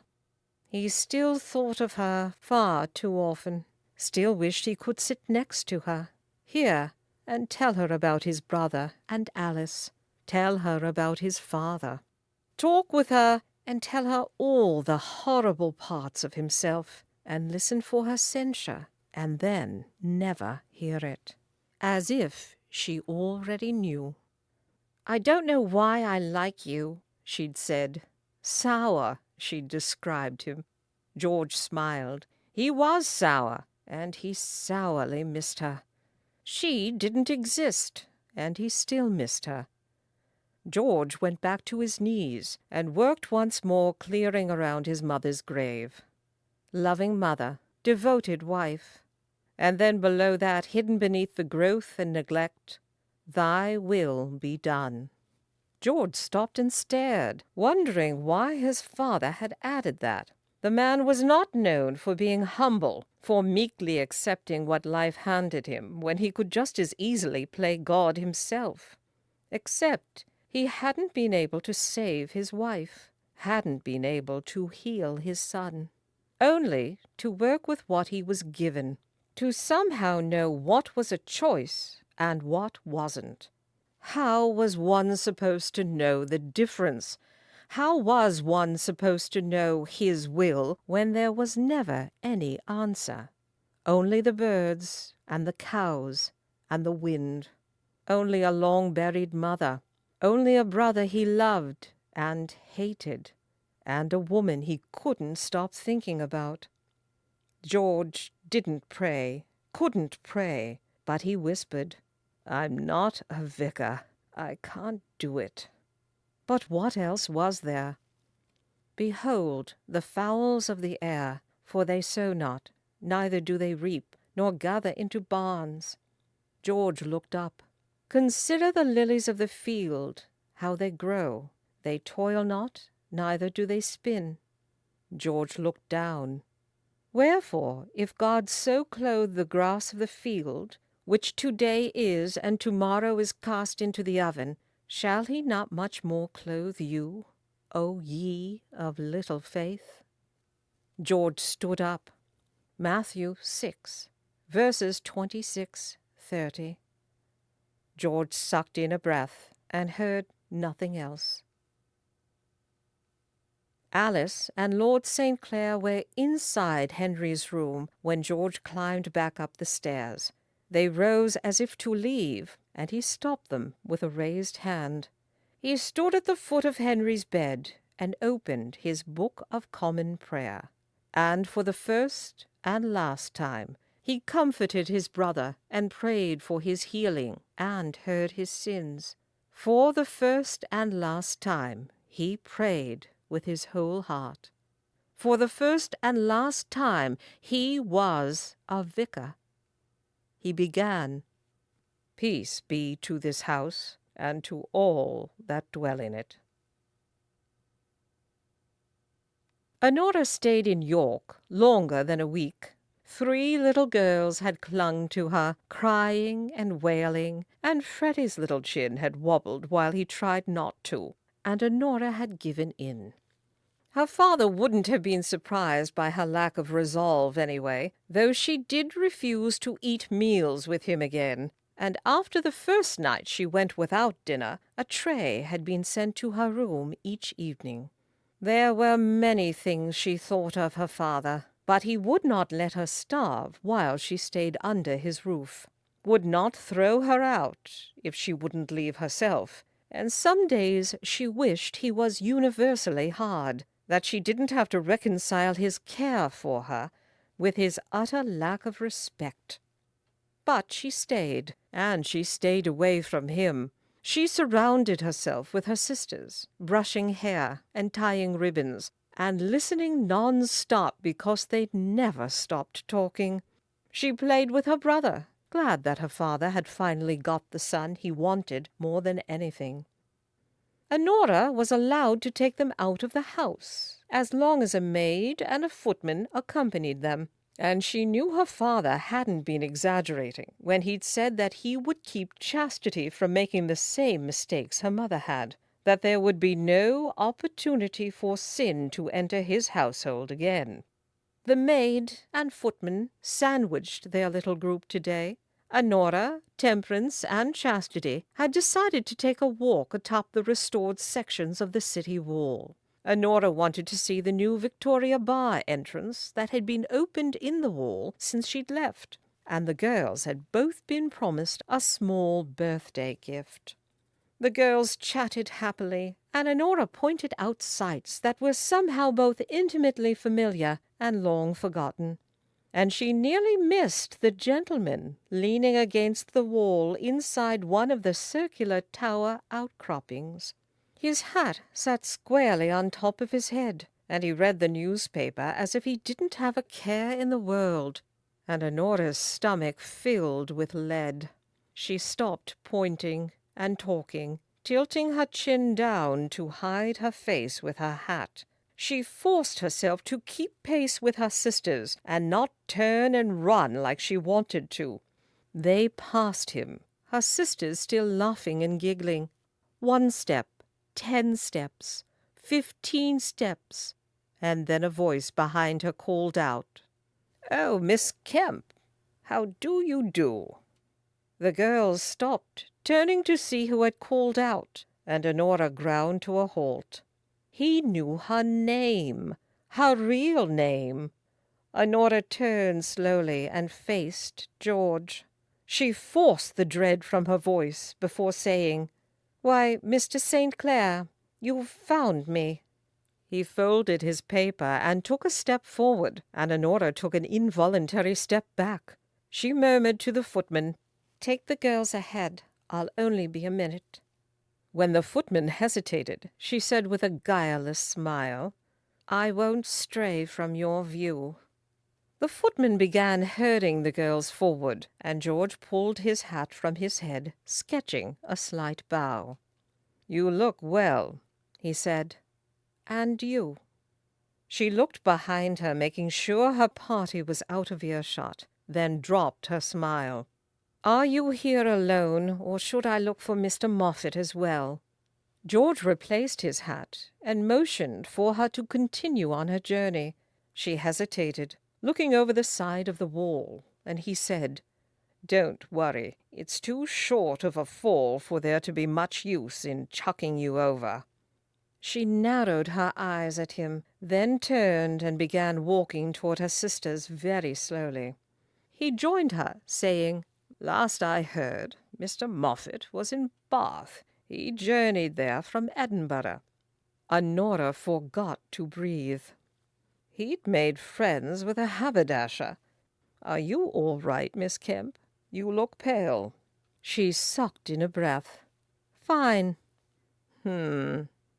How many were there?" She didn't answer, her heart beating too loud for her to think of anything clever, and George tilted his head. "Fellows, you've jilted," he clarified, as if she didn't know what he was asking. And when she still couldn't answer, he frowned. "That many?"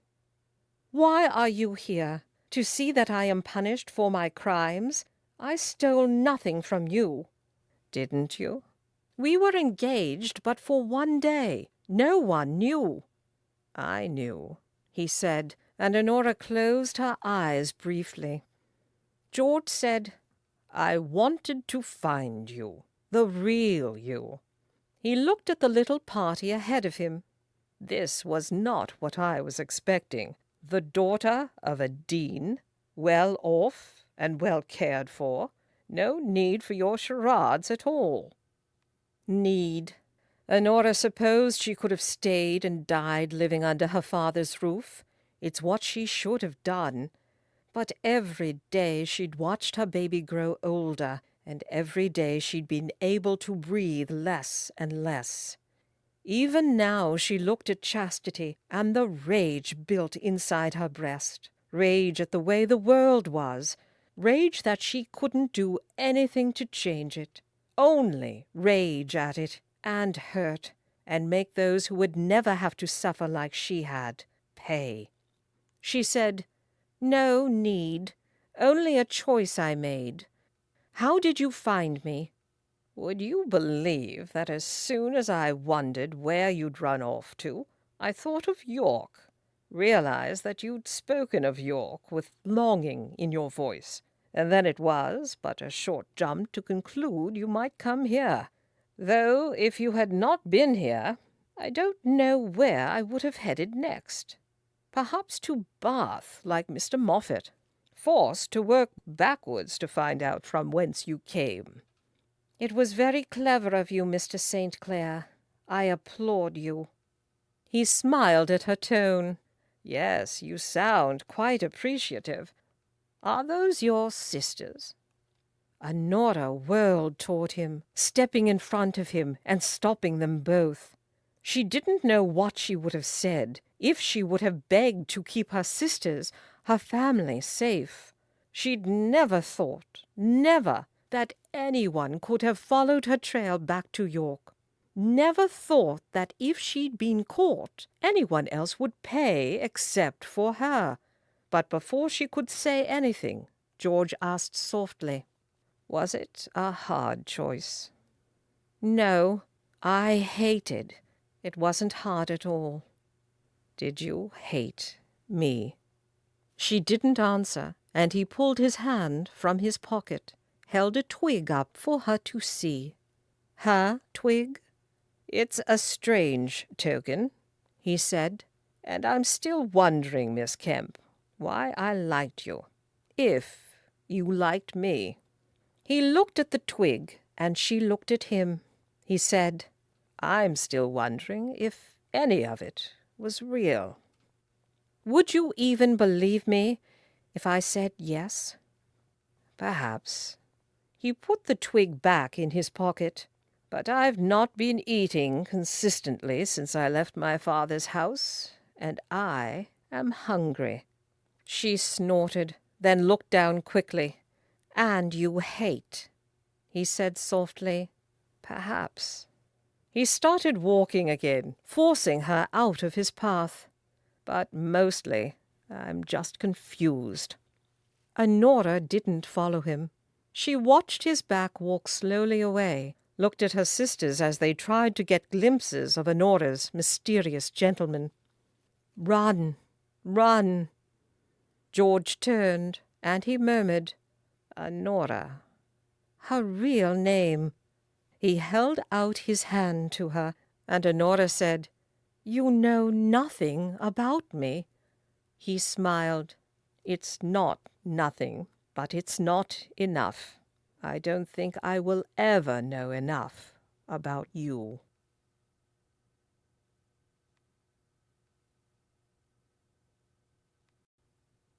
Chapter 9. Honora took him home and fed him in her father's garden.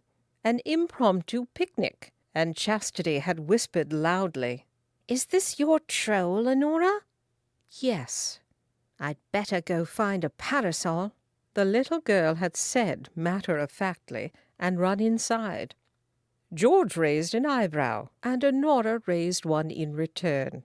It seemed a fitting description. Fanny clapped her hands, sending her remaining children to search for a very specific flower in the organized beds. They ran around searching and laughing, out of earshot, but never out of sight. George bit into his bread and butter, closing his eyes in near ecstasy. Honora watched him. "You really have been hungry." "My father has disowned me. I can only hope it is temporary." "And took away your living, too?" George shook his head. "That's why he disowned me. I've given up my living." Honora looked away. She'd never stayed to see what happened after her broken engagements, had never wondered how they'd fared with family and friends. She'd never cared. George said, "And since you ask." He waited, and she didn't, and he said, "I gave it up because I was living a lie, and I am tired of lies at the moment." He met her eyes over another bite of bread. "I came for the truth, Miss Kempe." "The truth won't make you feel any better. Mr. Moffat wasn't the first, though I'd hoped you'd be the last." And I'd already known all of that. How many were there? Counting you? I would prefer if you didn't. She smiled at him, then stopped. She said softly, "Mr. Moffat was the sixth." He looked at the large garden, the house behind her. But why? Honora sniffed and shifted in her seat and folded her arms, and then she told him the truth. Because the sixth does not include the one who came before them all, the one who preyed on a lonely girl and stole her honor. A married man who'd lied about who he was and left her with child, left her alone to suffer in shame. Do you know what he stole from me when he took my honor? My life." Honora watched the children running around and didn't look at him. There was no middle ground in their world. An unmarried woman was either a virgin or a whore, and she didn't want to watch him realize which one she was. She whispered, "No matter what I took from those 6 men, I never took their life. I couldn't have, not like mine was taken from me." George asked softly, "Did you love him?" "If I say yes, does it change anything?" "Perhaps." "I didn't. I was young and stupid. I was lonely and alone. I thought I was alone, at least." A bird twittered in the branches above their heads, and she said softly, "Does it change anything if I wish I had loved him? If I wish there had been a good reason for having to give up my child?" George sighed, putting his bread down and pushing his plate away. "What happened?" he asked, with dread in his voice, because if anyone had a worse life than a fallen woman, it was the child of a fallen woman. And Honora knew she was lucky to know that her child was well cared for, lucky to know anything at all about her child, lucky to feel the pain sear into her soul again and again. Honora watched 3 of her siblings try to find a flower Honora suspected did not exist, in a garden that used to be hers, with a family she did not belong in. My father sacrificed his immortal soul, threatened his earthly comfort, and gave her his name. He lied. Do you know what it does to a man of God to have to lie every day? To never be able to confess his sin without destroying what he loves? He saved us both with his lies, and I will hate him and love him for it until I die." The tears prickled, and Honora said through them, "My stepmother took my baby as her own, loved mine when hers wasn't even a year old. Do you know what it does to you when the woman who replaces your mother is selfless and kind, and you hate her?" The tears were still swimming when she looked back at him. "Swindling 6 men doesn't even sting." "I think that it must have hurt you, no matter what you say." "Are you trying to convince me or yourself that I am a good woman, George? A good woman would have stayed here, under her father's roof, become a spinster and hidden her shame, watched her child grow, reveled in each stab as her daughter called someone else mother." "Why didn't you?" I wanted more than the scraps a husbandless woman is allotted. I wanted freedom. I wanted to forget, and I wanted to hurt." She clasped her hands in her lap, careful not to squeeze them, careful to be relaxed. "I wanted a life." "Did you find one?" She had, with him. She found a place where she belonged. She didn't answer, and George said softly, "Honora." Her name again, and every cold part of her warmed. She closed her eyes, tightening them, tightening every muscle to keep from throwing herself at him and begging his forgiveness, begging him to love her when she was Honora and not Letitia. "Honora," he said again, and when she opened her eyes, George was looking behind her, at a dark-haired little girl peeking out from behind a hedge, her face stricken and her tears flowing, and her hands clutching a parasol tightly to her chest. Chastity was her mother's daughter. Honora could see the accusation in the Reverend's eyes, and she couldn't deny it. The little girl had been listening to what she shouldn't, been where she shouldn't, and now knew what she shouldn't. Honora had jumped to her feet when she'd seen Chastity hiding behind the hedge, and the little girl had started running toward Fanny, toward her mother, and then she just stopped, as if she'd suddenly realized what the words she'd heard meant. George had murmured, "I'll go," and Honora hadn't even glanced at him, had only locked eyes with Fanny, as if they had both been dreading this moment. And then the nanny had been called for, and Chastity had been shepherded into the library before she could speak, before she could ask, and now she stood alone in the middle of the room as if she didn't know any of them. Charles motioned Chastity to him, and she pinched her lips together. "You're not my papa?" He shook his head. "I am Honora's father. I am your grandfather." Chastity's shoulders relaxed, and she went to lean against his legs. He was still hers, even if his position was one removed from what she thought it was.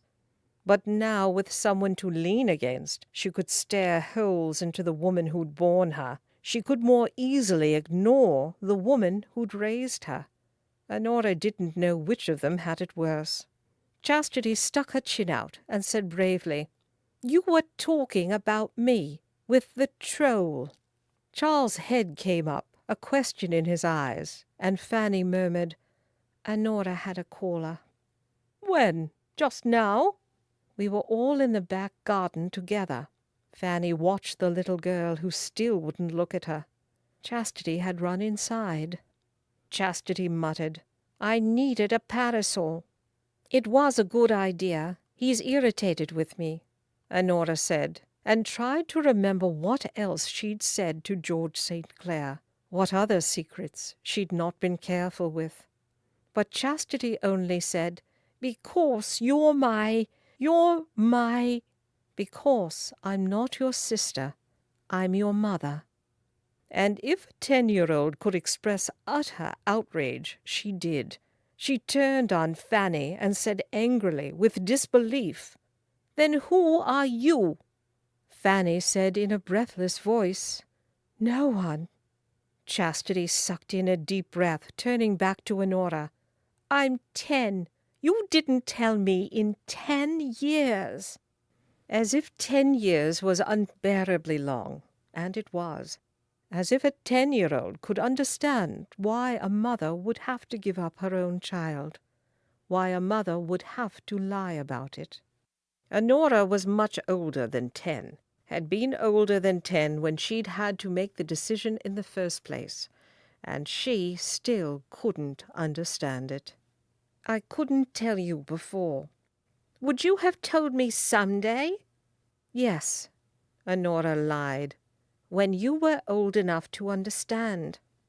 Chastity looked up at Charles, her father, but now her grandfather instead.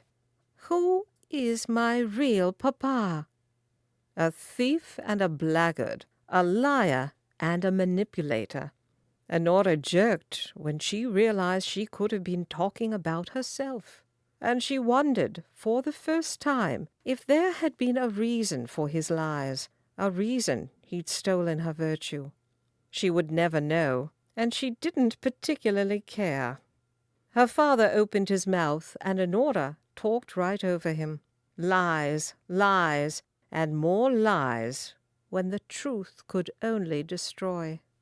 He was a soldier, and I loved him. Chastity looked back at her. Did he die? He did. He was brave and good, and he took care of his soldier brothers like you take care of Temperance and Faith and Frederick, because he knew that a brother was a brother because of love, not blood. Did he love me, even though I was his blood? I'm sure he would have. I know he would have, but he never knew about you. He died before anyone knew about you.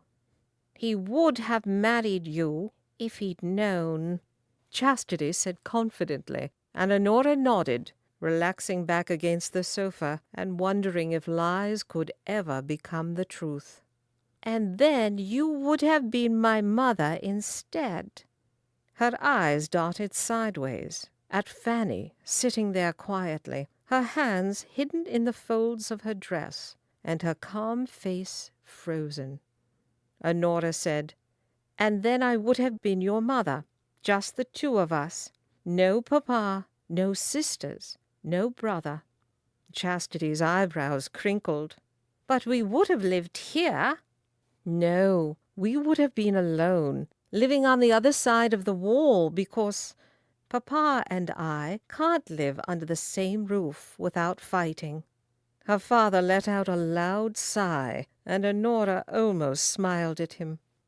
"But did it hurt you, Honora, to give me up?" The tears came suddenly, unexpectedly, and Honora blinked ferociously. "It hurt so badly that I have never recovered. I didn't want to tell you because I didn't want it to hurt you." Fanny reached across to hand Honora her handkerchief, and Honora took it gratefully and said, "I didn't tell you because you had a mother who knew that a daughter was a daughter because of love, not blood." Chastity looked at Fanny, her eyes filling with tears, and Honora murmured softly, "I didn't tell you because the one thing I could give you, you already had." Chastity's voice was tight and small. "You're not my mother." Fanny's tears fell unheeded, and she didn't even try to stop them. "I am." She opened her arms, and Chastity ran to her, hugging her tight. Fanny whispered, "And you really are mine, Chastity, as much as your sisters and brother, mine and loved." Honora dabbed her eyes, hating her stepmother and loving her, and knowing those opposing feelings wouldn't ever go away.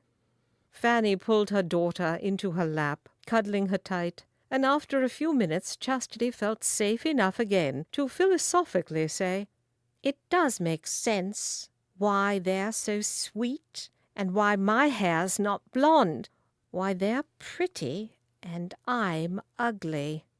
Fanny pushed Chastity's hair back from her face, saying, "Never ugly."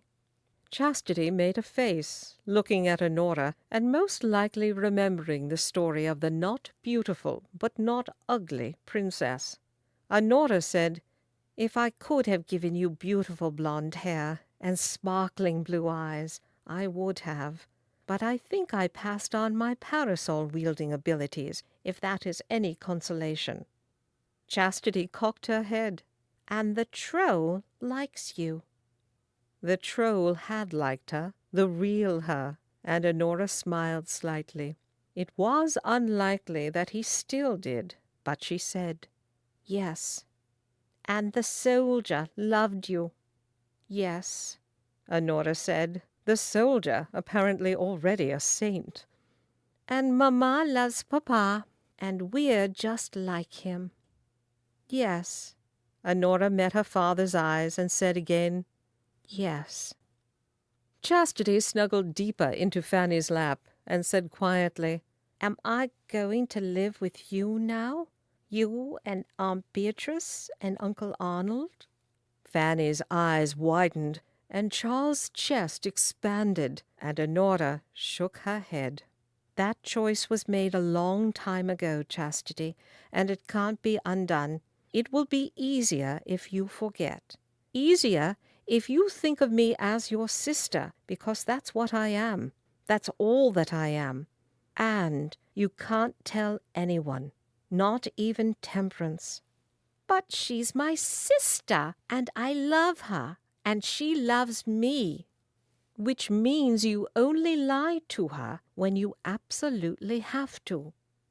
Charles opened his mouth, then closed it, and Honora said to him quietly, "Thank you." Chastity sat up suddenly. "Wait. If you're my mother, and they're your sisters and brother, that means they're my aunts and uncle." She thought about that for less than a second. "Well, I'm not ever going to tell Temperance or Faith or Freddie. I'm not going to call them aunt and uncle." Colin was waiting for George in the tiny room of the lodging house they'd found. That meant he'd found no work today, and George handed Colin the loaf of bread he'd bought, with coins he could ill afford to spare. Colin tore it in half, offering George his part, and George held up a hand. "I've eaten." Colin took a large bite and said around it, "Where?" "Miss Honora Kemp's back garden." Colin growled, then took another bite. George sat down on his trunk, tucked into a corner of the small room, and said, "I know your thoughts on the matter, and I don't need to hear them again." Colin narrowed his eyes, chewing ferociously. George said, "I need to send a letter to my father." Colin swallowed. "I hope he doesn't chuck it in the fire." "I hope so too, because I have a valet to feed." Colin slowly put down his bread. "You're going back to the vicarage. Perhaps they haven't given it away yet." George eyed his friend. "I knew you thought I would return to my living once I found her." "You're not?" George said slowly. "No, I have another idea." Colin leaned against the wall and crossed his arms. "You're not ever going back?" "No. I thought that once you found the chit who'd stolen your heart, you would be able to resume your life." "I know, and don't call her a chit." "Oh, there are a few other names I could call her instead." "You could try Miss Kemp." "I'm afraid that wouldn't make it past my lips." They stared at each other until Colin finally shook his head and sighed heavily. "What else did you find out in Miss Kemp's back garden?" "I found that I still don't know enough," George said, and Colin closed his eyes. He swore long and heartfelt, inserting a few phrases he must have picked up from the manual labourers he'd worked beside since following George on this pilgrimage. George stood, opening his trunk and rummaging around for paper. "I'm going to tell my father what I'm going to do, what I'm going to be, instead of a vicar, instead of his fourth son. 3 is enough for one man." Because his father did still have 3 sons happy to live their life according to plan. Henry's health had slowly improved, and when George had left to find his heart, his brother had once again been sitting in his plush chair, watching his children play, and disappointing death one more time. Colin said, "I thought you didn't know what else there was." "I didn't. It came to me while sitting in Miss Kemp's back garden. It came to me as I was wondering how a woman or a man could have a future when the one they were born to is taken away, or thrown away, or doesn't fit. They starve, George. I would have agreed with you last year, And then St. Clair came home and told me about it's called trade. Fine, his trade. His successful trade. And if the words still left a bad taste in George's mouth, well, he was a viscount's son. Colin said, "Might I remind you that his successful trade is in India?" George nodded. It did not escape my notice. I also met a woman who had scraped together a life and a living when very few women can. Colin's mouth fell open. "You are joking. Scraped together?" "My point is not that I want to follow in either of their footsteps, but that there are options I had no idea existed." Colin looked around the tiny room, then flung his arms out wide. "What options? They're not here." "No, they're not here." Honora did not get out of bed the next morning. She felt oddly empty, as if she was floating, as if she was watching her own life disintegrate around her shoulders, as if ridding herself of all her lies had somehow deflated her. A maid came to check on her, and Honora stayed in bed, sending her away without unlocking the door. Aunt Beatrice knocked, and Honora didn't want her sympathy, didn't want her aunt to stroke her hair and tuck her covers around her. Honora didn't want to be comforted. She'd missed breakfast, took no tea, and dozed. She was awoken a little later by Fanny, knocking lightly on the door. "Honora, Mr. St. Clair is here to see you." Honora blinked the sleep from her eyes and said to the ceiling, "How strange. Did he bring the magistrate?"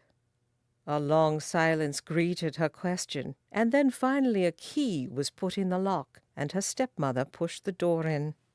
Fanny looked at Honora, lying listlessly in bed, and closed the door behind her. She sat down next to Honora's hand and said quietly, clearly worried about young ears listening when they shouldn't, "Why would Mr. St. Clair bring the magistrate to see you?" Honora woke up the rest of the way, thinking she might give up lying for good. Her secrets were spilling from her at an alarming pace. Fanny shifted, jostling the bed. "There's been enough drama in this household, Honora." Honora closed her eyes. "I know. I'll leave. I think I would prefer the truth." "You really wouldn't." Fanny said nothing, and when Honora opened her eyes again, her stepmother was looking down at the skeleton key in her hand. "I was only a few years older than you when I married your father, and everyone told me that you would be a challenge. I do so hate when I prove everyone right. I'm so sorry, Honora, that I was too young to be a true mother to you after you had lost yours, that I was too overwhelmed with temperance to see that you were in trouble before it was too late." Honora shifted uncomfortably. "You don't have anything to be sorry for, Fanny, including marrying my father." "I have everything to be sorry for, because you have suffered, and I have raised chastity. And not for one moment have I wished that I could change your fate, because that would mean losing her." Fanny stood up and walked toward the door, then stopped. "Thank you for her, for my brave little girl who sees the world like no one else does. Her life was worth all you lost, Honora. But if you can have it back, take it. Be brave." "I can't have it back." "Then why is Mr. St. Clair here, with or without the magistrate?" Chapter 10. Honora didn't know, and when Fanny left the room, the question hung so heavily that eventually Honora forced herself to her feet to find out, and when she entered the sitting-room, George took one look at her and jumped to his feet to wrap his arm around her waist and gently guide her to the sofa. Fanny went to the other side of the room, leaving them as much privacy as she could, without actually leaving them any. And the woman may indeed have been happy to raise Chastity, but she obviously had no intention of giving Honora any chance to do it again. "Are you all right, Twiggy?" Honora looked into George's eyes. "It has been a trying couple of days." "I'm sorry. If I'd seen her—" If he'd seen her, Honora would have had a few more years, most likely, but their conversation would have happened. The ability to be where one shouldn't was also something Honora had passed on to Chastity. Honora leaned toward George and whispered, and was reminded of happier days when she'd sat next to him and whispered, "George, please, whatever you've come for, let's get it over with. I am utterly exhausted." He looked at Fanny, not very far away at all, looked behind him at the open door. "Perhaps we could go out to the garden. The sun will do you good." "There's sun today?" "A little. Would your siblings like to join us outside as well? I'd like to know where everyone is at all times." "You've figured us out already." He helped her rise. "I have." The girls and Freddie were rounded up, and they all went outside to play in the sun. A blanket was tucked around Honora as if she was an invalid, and she wondered just how terrible she looked. How empty. George sat next to her, and when everyone was visible yet far enough away, he said, "I loved a good woman once. Not you." Honora smiled and closed her eyes. The clarification was unnecessary. "I loved her, and I just sat and waited for her to realize that she loved me.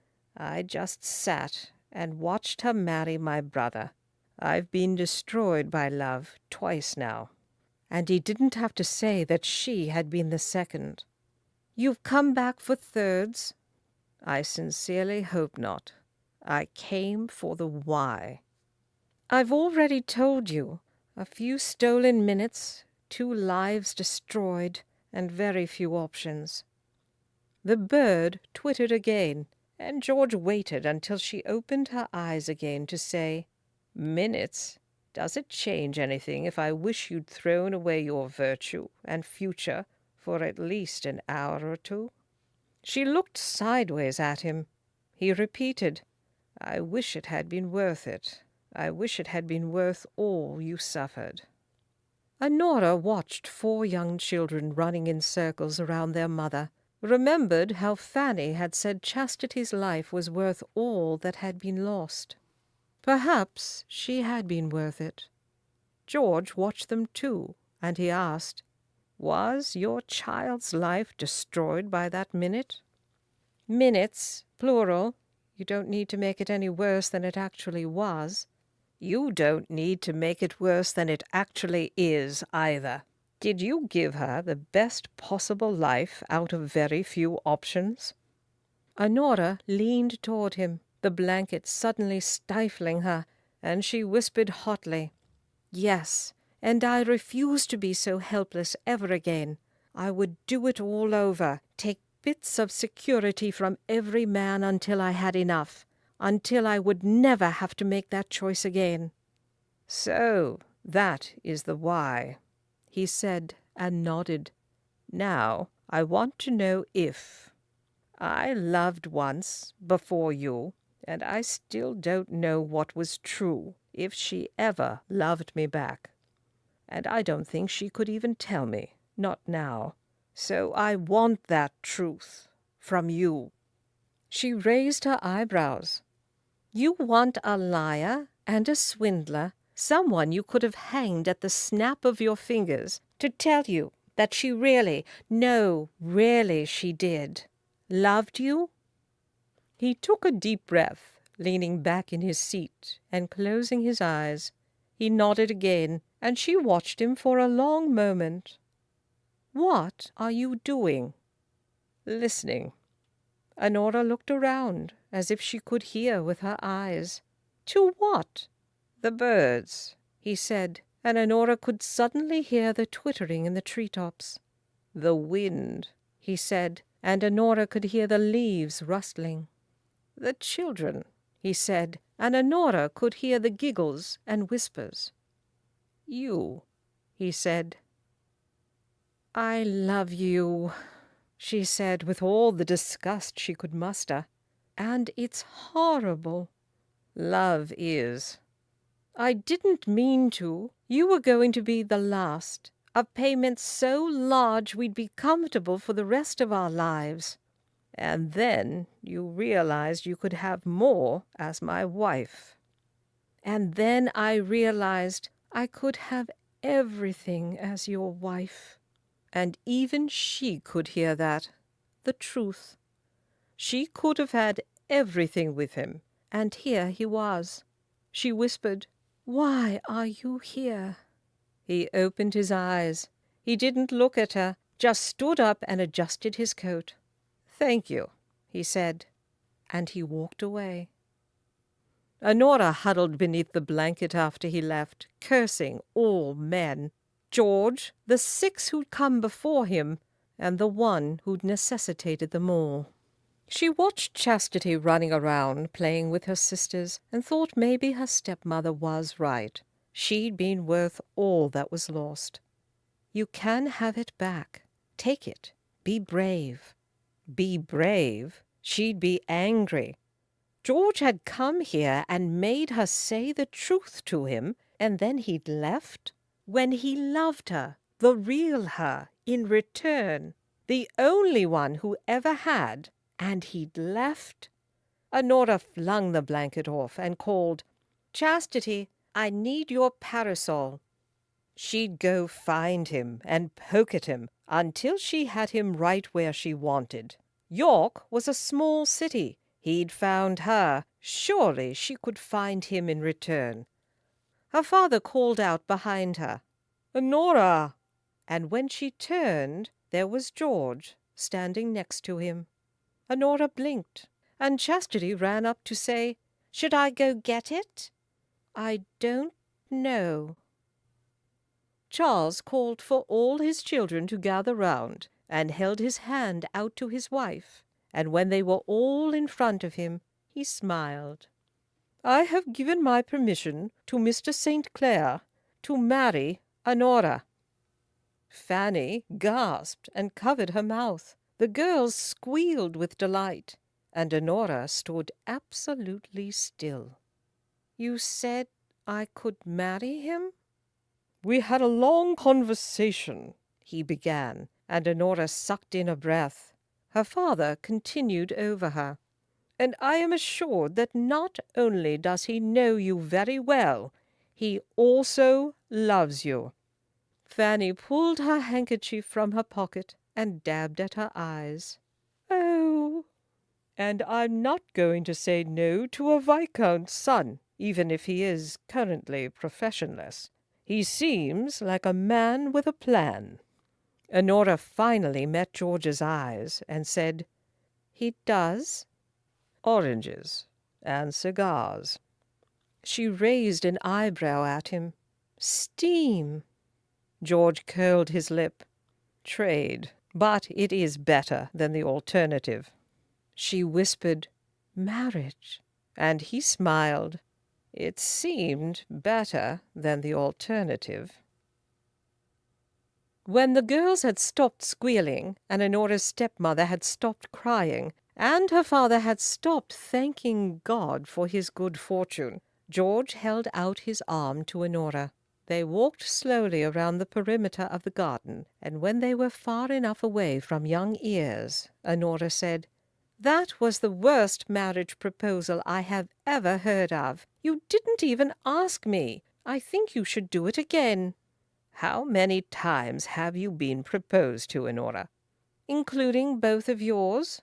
He nodded, and she said, 8, and your 2 were by far the worst of the bunch." 8 is enough. It was hard to argue with that, even if she wanted to. She said, "You could have told me instead of leaving me there alone, to worry, to get angry." I've been plenty worried and angry the last few months. I find I am more petty than I previously suspected. I'll keep that in mind for the future. He glanced down at her, and she said softly, "Forgive me?" "Never. I will never forgive you for making me fall in love with you." She swallowed, blinking back happy tears. Petty, indeed. Haven't you ever read Matthew 5, verse 7? "Blessed are the merciful, for they will be shown mercy." He reached out, catching a lone tear with his thumb. "Blessed are ye that weep now, for ye shall laugh." Luke 6, verse 21. And she did. She looked behind her, at her family watching them, and gestured at the flower beds as if they were talking about the garden. She said, "They're never going to leave us alone, not until the marriage deed is done, or else this would be a perfect moment to kiss you." "Since I am no longer a man of the cloth, that is probably for the best. You are far too tempting for me to be kissing before we're married." "Father can get us a special license." George shook his head. "No, no special license. The banns will be read, and we'll do this right."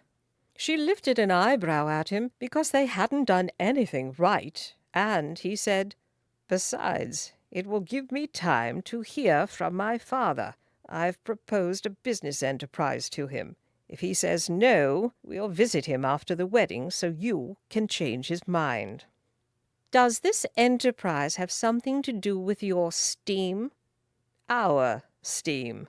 We're going to America. If my good friend Clair can take his bride to India and send back trinkets, I can take my bride to America and send back cigars and oranges." Honora stopped and blinked, and George said softly, "You can't stay here, in York, in England. Moffat will discover all your sins, and then find you. A woman does not steal a man's honor, though the opposite happens with regular frequency." "And you're going to leave your home and family for me?" "I am." "Because you love me?" "Because I never truly believed in God or his love before you. I studied, and I knew the words, and I knew what I should feel, but I never did. And then I found you, and realized that he'd made you just for me. He made you hardened and cynical and unafraid. He made me heartbroken and prideful and slow to forgive." She pointed at a tasteful grouping of trees and started walking toward them, tugging him along. "You forgot sour." He smiled. "Sour, too, all so that when I met you, I would be able to do anything for you, so that when I had a choice to make, I could recognize it, so that I would know the difference between no choice and a hard choice." "America," she said slowly, never having considered it before. "Then my aunt and uncle will be coming with us." "I have family of my own that will need to be accommodated. Colin would benefit from their older, wiser touch, because he seems far too interested in the idea of American women, although I don't see that they ever had much luck with you." "Don't hold it against them." "Oh, I think I've placed the blame squarely where it is due," he said, and she laughed. "I want Chastity to come to America, too, when she's older, when she wants to, when we're settled.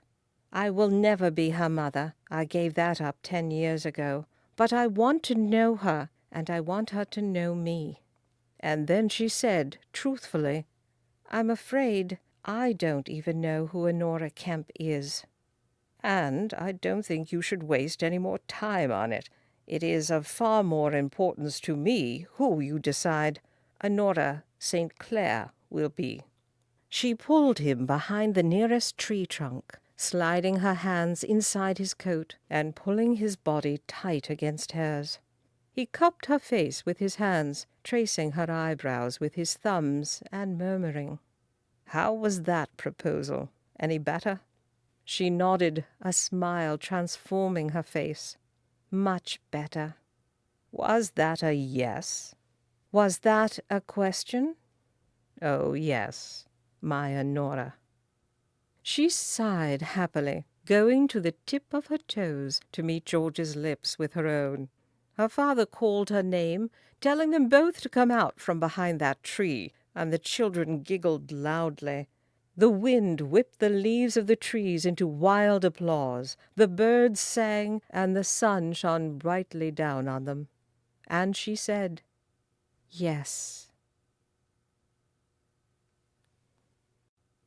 Epilogue. To George Sinclair, his wife Eleanor, and their two lovely and, I am sure, wild children. I am sorry, old friend, I will not be joining you in the East. I am, as I write this, boarding a steamship to the West, to America. One, it's a shorter, 13 days, and faster, 10 knots, journey. And two, they make better cigars. I'll send you some with the birth announcement. Honora assures me there is no chance of that happening before the ship makes land, and she usually says it with cutting droll, so I am forced to believe her. I am convinced you would love her, nearly as much as my father does, which is reason number 3. We are heading to the opposite end of the world. I, at least, made certain your bride would never be tempted by me. Your friend in love, George St. Clair.